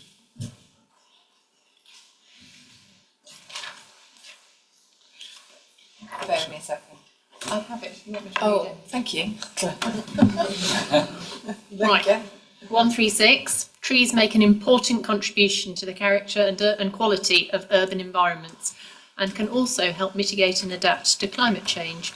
Planning policies and decisions should ensure that new streets are tree-lined, that opportunities are taken to incorporate trees elsewhere in developments, such as parks and community orchards, that appropriate measures are in place to secure the long-term maintenance of newly planted trees, and that existing trees are retained wherever possible. Applicants and local planning authorities should work with highways officers and tree officers to ensure that the right trees are planted in the right places and solutions are found that are compatible with highway standards and needs of different users. Apologies for reading lots of irrelevant stuff, but I thought I'd better cover it all because I wasn't sure it was in there.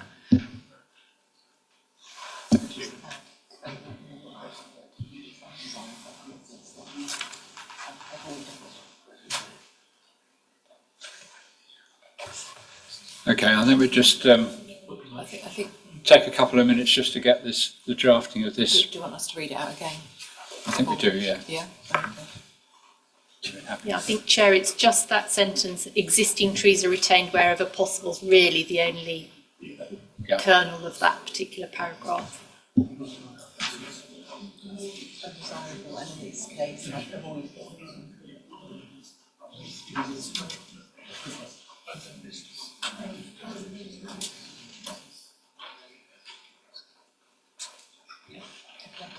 We'll read it out. Okay. If you like, just to confirm the wording then.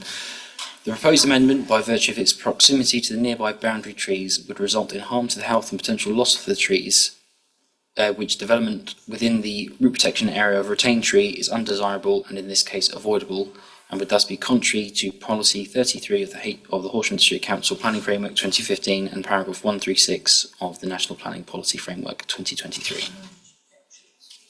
Yeah. Everyone know what we're voting on? Okay, so can I ask those in favour of this proposal, please show.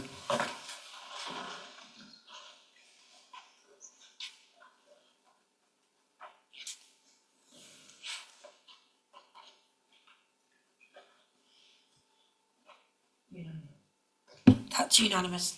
Do you want to take 5 minutes or do you want to carry on?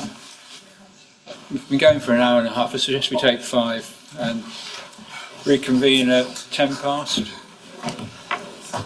Thank you.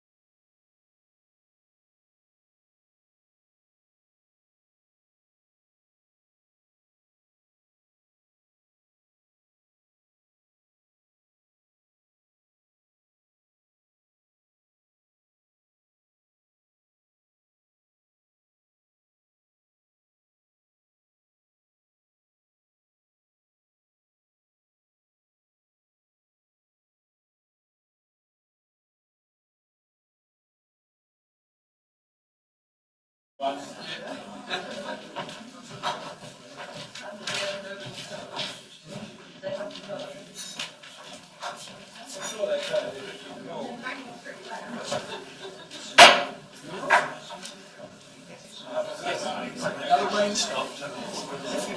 you haven't damaged the table, have you, Chair?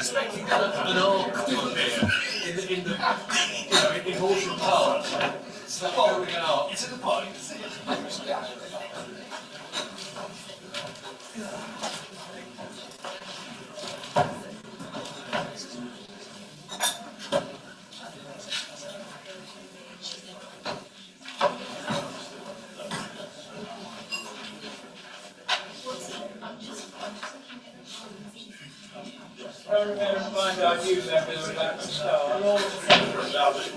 Thank you. Right.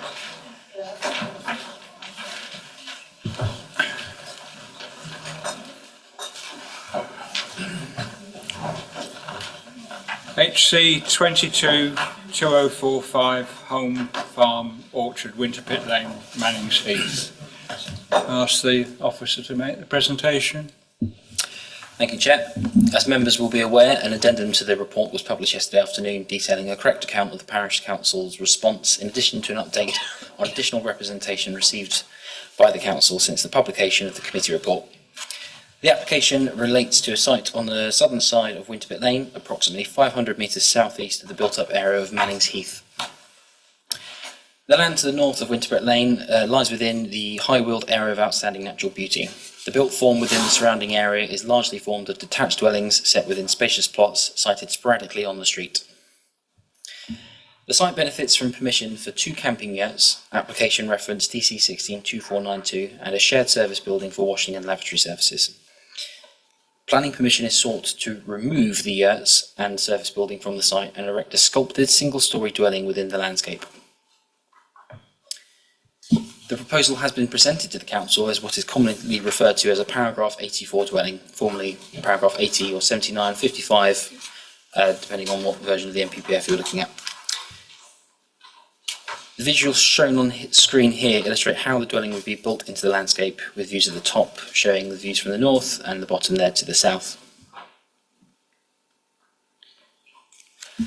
As per the officer's report, paragraph 84 places an incredibly high bar in establishing whether or not design is of an exceptional quality.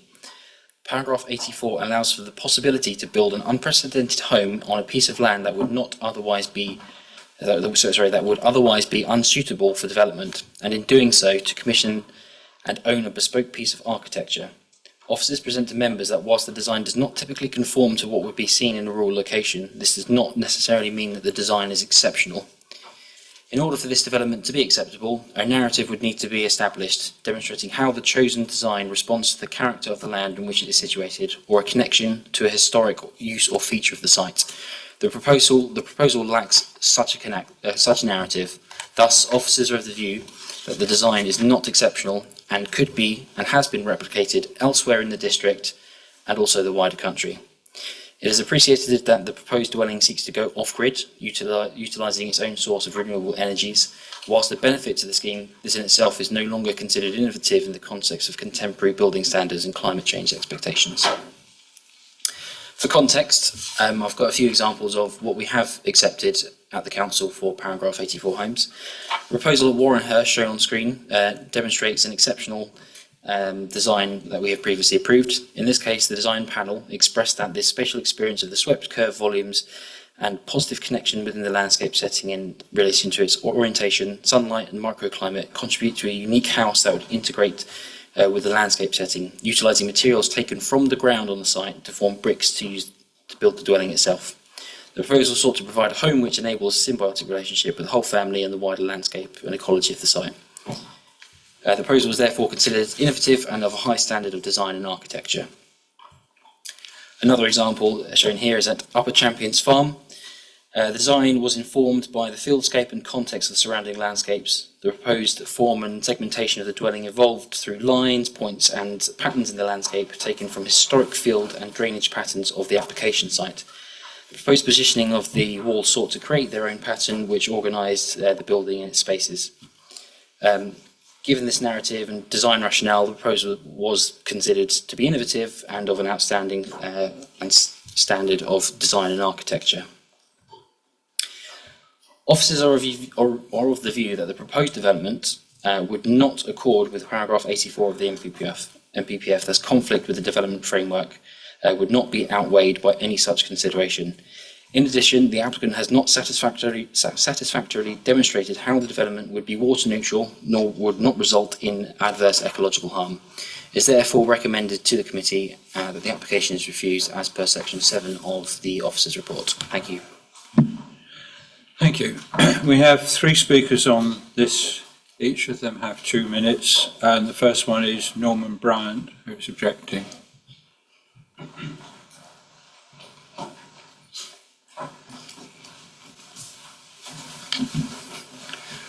Good evening, councillors and planning officers.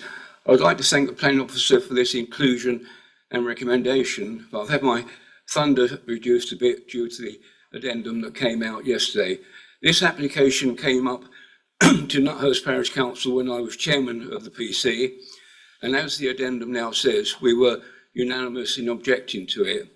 We had the minutes from Lower Beeding when the applicant, who has a development company, was looking to put 2 yurts up. It was quoted him saying that he has no intention of trying to get planning permission for a dwelling now or in the future. And it was on that basis that they agreed to the 2 yurts. Obviously, he has gone back on that. He has since sold his house nearby for quite a lot of money. I was asked by the chair of Lower Beeding to visit the site as it is very close to our parish. I met with the manager of Brookfield Barn. He was very concerned at the close proximity of the proposed development, as Brookfield Barn is a wedding venue. They have made a huge investment in the property and it creates noise from the weddings, about 200 a year. Anyone living that close will be impacted by the noise. Brookfield Barn employs 30 to 40 people on a part-time basis. If they were forced to close, it would have a huge impact on local employment. The proposed development is outside the local built-up area where permission would not normally be given. It is not in the Lower Beeding neighbourhood plan. It is believed to be a greenfield site. Just because someone puts 2 tents up, it does not make it a brownfield site. It's totally out of character with other properties. The applicant says he would harvest rainwater from the grass roof, which would have sheep grazing it. Any water from that would be contaminated by faeces.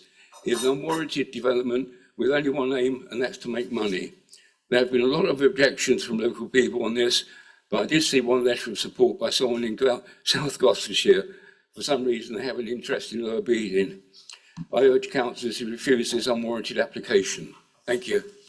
Thank you. And the next speaker is Michael Dance, speaking in support. Good evening, Chair, everybody. I've come here this evening actually to support the application. I'm the only resident who is directly impacted by this application. I live next to the application. I live next to Brookfield Barn, and I can say I don't hear any music. I do hear some, but not a huge amount. I've read the extensive report in regards to this application and recognise the numerous objections to it, although I do not fully understand all of them. However, as the only household directly affected by the application, I just wanted to be heard to say that I fully support it. Whilst the yurts are not intrusive, I would prefer an ecologically designed, ethically creative house that is out of the norm and would be a pathfinder for other individuals to follow. It would have no impact on my view from our house, and in fact would improve it, only seeing the grassed roof area. There would be no additional traffic, in fact probably less, and the overall environmental impact to the area would be less than the yurts. I know there has been lots of objections to this. I wrote in support of this, so there's been more than one letter of support, but I just wanted to say I support the application. Thank you. Thank you. And Wayne Bailey, also in support. Evening, Chairman. Evening, councillors. Thank you for this opportunity.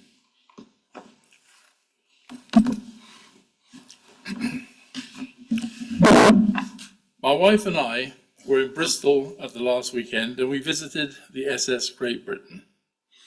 Its design incorporated several technologies which, at the time, were par for the course.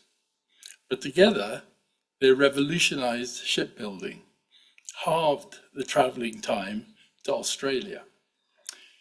Our project will be the only carbon neutral, water self-sufficient dwelling in West Sussex and probably the entire country, and has the ability to encourage further innovations which will positively improve sustainability. The project leans heavily on carbon neutrality. In order to deliver, requires a micro-hydroelectric scheme. This in turn requires water impoundment, for which an Environment Agency licence has been granted. And this is no mean feat, getting the Environment Agency to grant a licence. Unfortunately, the addendum to the report mistakenly suggested that this is part of a water neutrality scheme. In fact, it's part of a carbon neutrality scheme. In winter, with reduced sunlight and increased rain, a hydroelectric scheme offsets loss of solar energy. Beyond this, it contributes stored winter water to the Arran summer dry season. It impounds 1 million litres of water, and that will be released in the summertime into the Arran water system. If we're serious about achieving carbon neutrality, we have to find new solutions. We have to challenge orthodox thinking. We seek to replace an existing isolated development in the countryside with another isolated development which uses less water and no CO2. It sits more sympathetically with a lower visual impact and reduced traffic. We hope you'll support our efforts to be more sustainable. Chairman, councillors, thank you. Thank you. The officers wish to comment? Thank you, Chair. Yes, it's just to point out that, again, paragraph 84 sets the bar incredibly high for accepting this kind of development, and there is a process in which is not mandated, but it is, as set out in the report, it is thoroughly encouraged by planning practice guidance and the MPPF, which is something that the applicant has not gone through. And as I said in the presentation, and just to reiterate, the point of paragraph 84 is to find those exceptional quality designed properties. And obviously, the officers' views is that we do not believe that to be the case. And it will be down to members tonight to decide whether or not you agree with that assessment. Thank you. I call on the local member, Councillor Livingstone. Good evening. This application has been occupying my email inbox for the last month and a half, and every day I've been receiving mostly objections concerning it. If you note on the portal, there are 32 objections as against 13 supporting. Most of the supporters are outside of the immediate area. It includes Southwater, Broadbridge Heath, Horsham Town and Chipping Sodbury. Now, to take it further, this is not in the neighbourhood plan. This is for Lower Beeding's neighbourhood plan, which, bar the water neutrality issue, would have been made by now. It's outside of the built-up area boundary. It's not a brownfield site as we had for our previous application. This is a greenfield site. We've got people like Natural England objecting to it. And when we talk about an outstanding design, are any of us members qualified to make a decision on that? I certainly am not. It's a very interesting design, but I cannot state that it's going to be exceptional. And the other issue, of course, is, according to the officer's report, water neutrality is not demonstrated.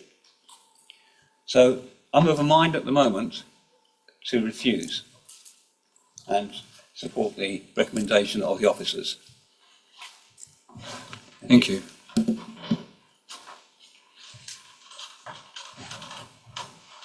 you have any other speakers? Sorry, Councillor Milne. Thank you, Chair. Yeah, I think I'd be concerned that if we were to grant this, so we're converting yurts to houses, but the bar is quite low to get permission for yurts or other camping, temporary camping arrangements, particularly with permitted development rights, which increase all the time. So as a path to getting a house, which one could see this as, I'd be concerned that we're making that too easy. I take Councillor Livingston's comment about it's out or would have been outside the neighbourhood plan that had been passed as well. So I find that counts against the proposal. It's great that it's got its strong eco credentials, carbon neutral, water neutral, etc.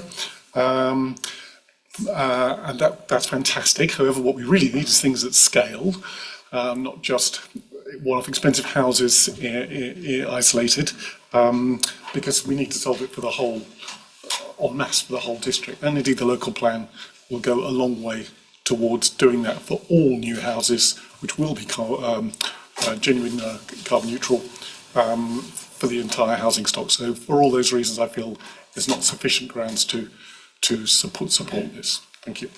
Thank you. Councillor Trott.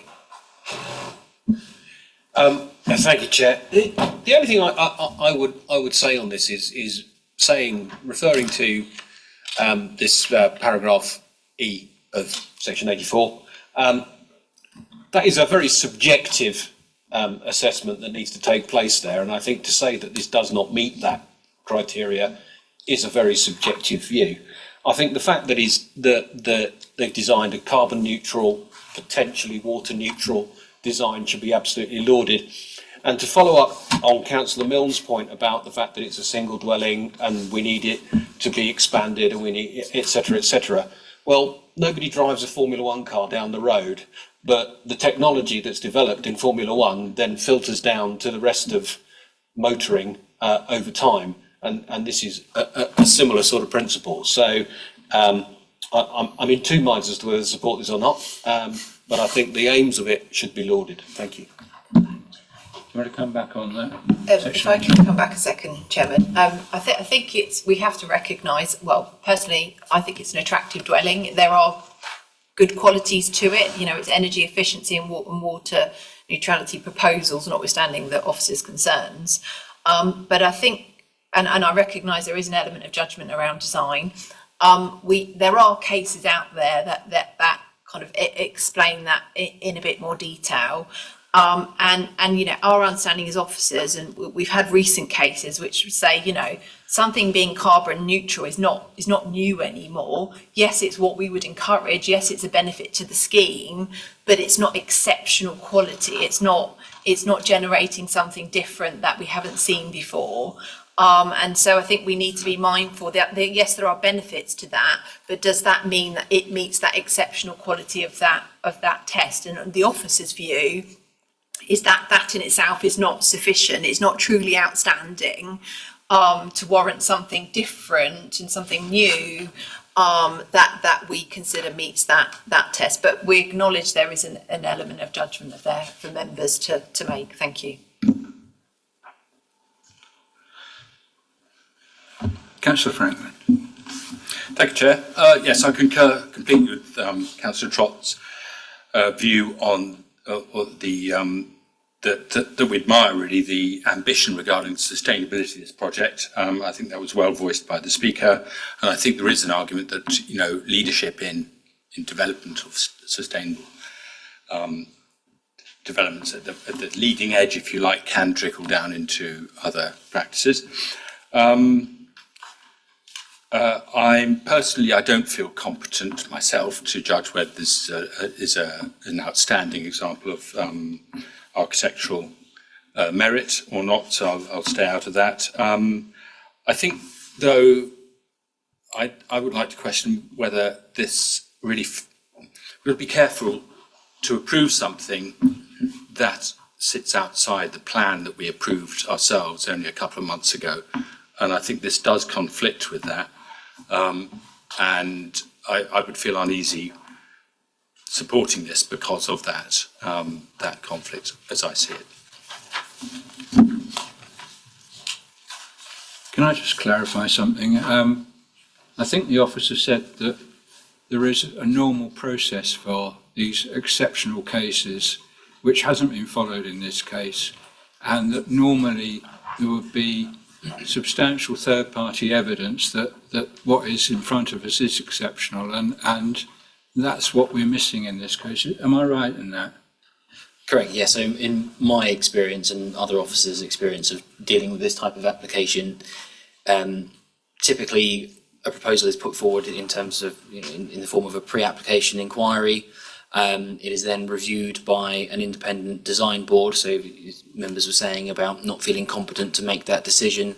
That is a board of members of the top architects and landscape architects in the country who are very much competent to make that decision. And they will then feed back as towards their design, and that will come through in the pre-application response. And then what happens is, over time, the proposal evolves until it's reached to a point where, yes, it is considered exceptional design. And as I said in the presentation, it's not a mandated process. It's not forced upon applicants, and they don't have to do it, but it is encouraged within the planning practice guidance and the National Planning Policy Framework. Thank you. We've had a bit of a debate on this, and I think that the feeling of the meeting is going one way. So we've got a proposal to refuse this application, and I suggest we put that to the vote. So all those in favour of the recommendation, could you show?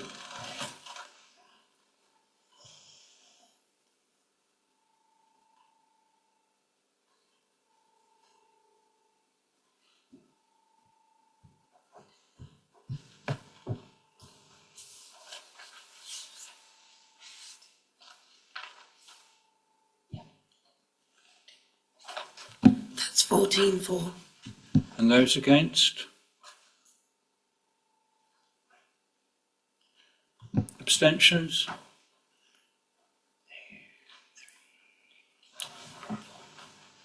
And that's 4 abstentions. So that application is refused. Thank you. Okay, moving on to DC 232074 Highwood Mills Sports Ground, Wickhouse Lane. Could I have a presentation? Thank you, Chair. Highwood Mill Sports Ground is situated to the south of the Bridge Heath Leisure Centre and Indoors Bowls Club within the built-up area boundary of Broadbridge Heath.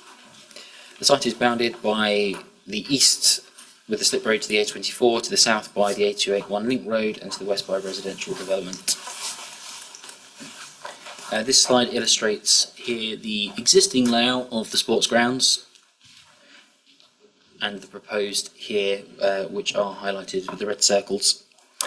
The application seeks full planning permission to upgrade and improve the facilities at Broadbridge Heath Football Club, incorporating an additional stand to the south stand to hold 50 seated spectators. Fencing would be adjusted in order to accommodate the new stand. An 11 by 4 metre canopy for 50 standing spectators attached to the southern elevation of the clubhouse. A new east stand for 50 standing spectators. Reconfiguration of the existing turnstiles in order to accommodate a second turnstile. The location of a new toilet block, which measures 6 by 3 metres and is shown to the west of the clubhouse, adjacent to the existing storage unit. Additional hard standing surrounding the existing 2 floodlight columns along the southern side of the pitch. Alteration of the existing 1.1 metre high pitch fence, perimeter fencing to solid panel rather than a mesh as existing. The existing and proposed elevations to the clubhouse are shown here. I appreciate they're not particularly clear, but you can see the differences. And to the side elevations here. And this is just a visual of the development to the clubhouse, and to the top right there is the new stand to the south. The principle of the Broadbridge Heath Football Club Stadium at Highwood Hill has already been established through the existing use of the site for community and leisure purposes since the use commenced. The proposals relate purely to the revision of improved facilities, including the increase in covered seating provision and covered standing areas for existing spectators visiting the football ground. Development is acceptable in respect of its principle, general design and highways impact and is therefore considered to be acceptable in respect of the relevant policies in the development framework. Officers therefore recommend to the committee that the application is approved as per the officer's recommendation and conditions set out within section 7 of the report. Thank you. Thank you. Councillor Brooks, I understand you want to make a personal statement and then withdraw from the discussion. Yes, I am also the local member, so ordinarily I would be speaking on this matter. But as I've made clear, I do have a clear personal connection, which I hope actually enhances my ability to speak on this. I will withdraw from the chamber after finishing saying so. I'm really pleased that this is really, I hope, an uncontentious and positive application in front of us this evening to finish on. We have considered the needs of a... That's very nice to hear myself. You know that I enjoy hearing myself speak, as members will be aware. So I will try and be brief. We have considered the needs of a local football club previously, called Horsham YMCA Football Club, which was terribly contentious and involved, as previously noted, discussion of trees. No such concerns here. This situation arose purely because the FA mandate certain requirements for the stadia of football clubs once they attain a certain level of success. Broadbridge Heath Football Club, having received very significant investment and development in 2019 as part of the Bridge Leisure Centre redevelopment, have created a virtuous circle where they have offered an exemplary local community asset and at the same time demonstrated their success on the pitch and were champions of their league in 2022 and 2023, and as a result of being promoted to a higher tier of the Football League system, the FA rewarded them by requiring them to make a series of mandatory changes without which they would be automatically relegated. The club are run essentially by a small group of people who volunteer their time well above those hours for which they are remunerated. This is a huge burden that has been placed on them, to which they have risen with all the effort and endeavour that they can. And I think this is a wonderful opportunity for us to support this kind of local success. It's a world away from the pitches that I got to play on as a kid growing up in Broadbridge Heath. And incidentally, officers were very much minded to support this, and it was only noticed quite late in the day that because HDC have an interest in the land, that it has to come to committee. Otherwise, I think this would have been a very straightforward delegated decision. So on that note, I'm going to leave it to your sound judgments to vote on. But thank you very much for your time. I was pleased to take a moment to speak in support of what I think is a really pretty wonderful thing. Thank you, Councillor Brooks. Councillor Franklin. So, 3 weeks ago, I was cycling in Portugal. I'm not going to bring out the holiday snaps, but one thing that really did strike me as we cycled through the various small towns, villages and towns in Portugal, was that every single one of them has a really high quality football facility. A flat pitch, stands, floodlights, really good access. And it came home to me that, well, two things really. Firstly, the standard of our facilities in Horsham is nowhere near that of even the smallest town or village in Portugal. And secondly, it helped explain perhaps why they're so good at the game. So I'm absolutely delighted to come home and within a month have an opportunity to go a little way to improving the situation here. I still think we've got a long way to go, but I'd be delighted to support this. Thank you. This doesn't appear to be very contentious, so I suggest we move to the vote, which is, Councillor Land. Yeah, I will be Rugby supporting this. supporter, I'm are you? well aware of what the FA do to you when you start playing well.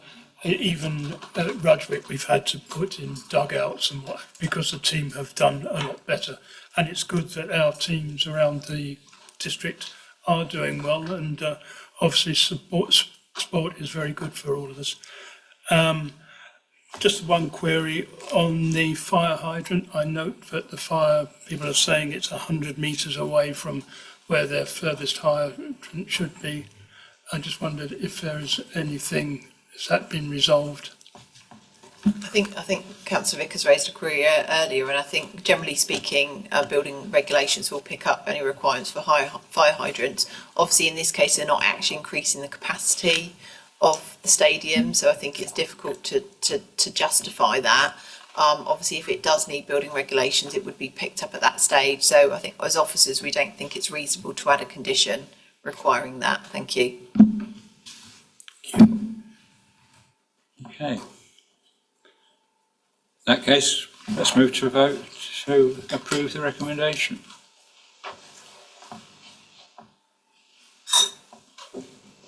That's unanimous. Yeah. Unanimous. Right. There's no urgent business that I've been made aware of, so I close the meeting at 7:42. Thank you for your attendance.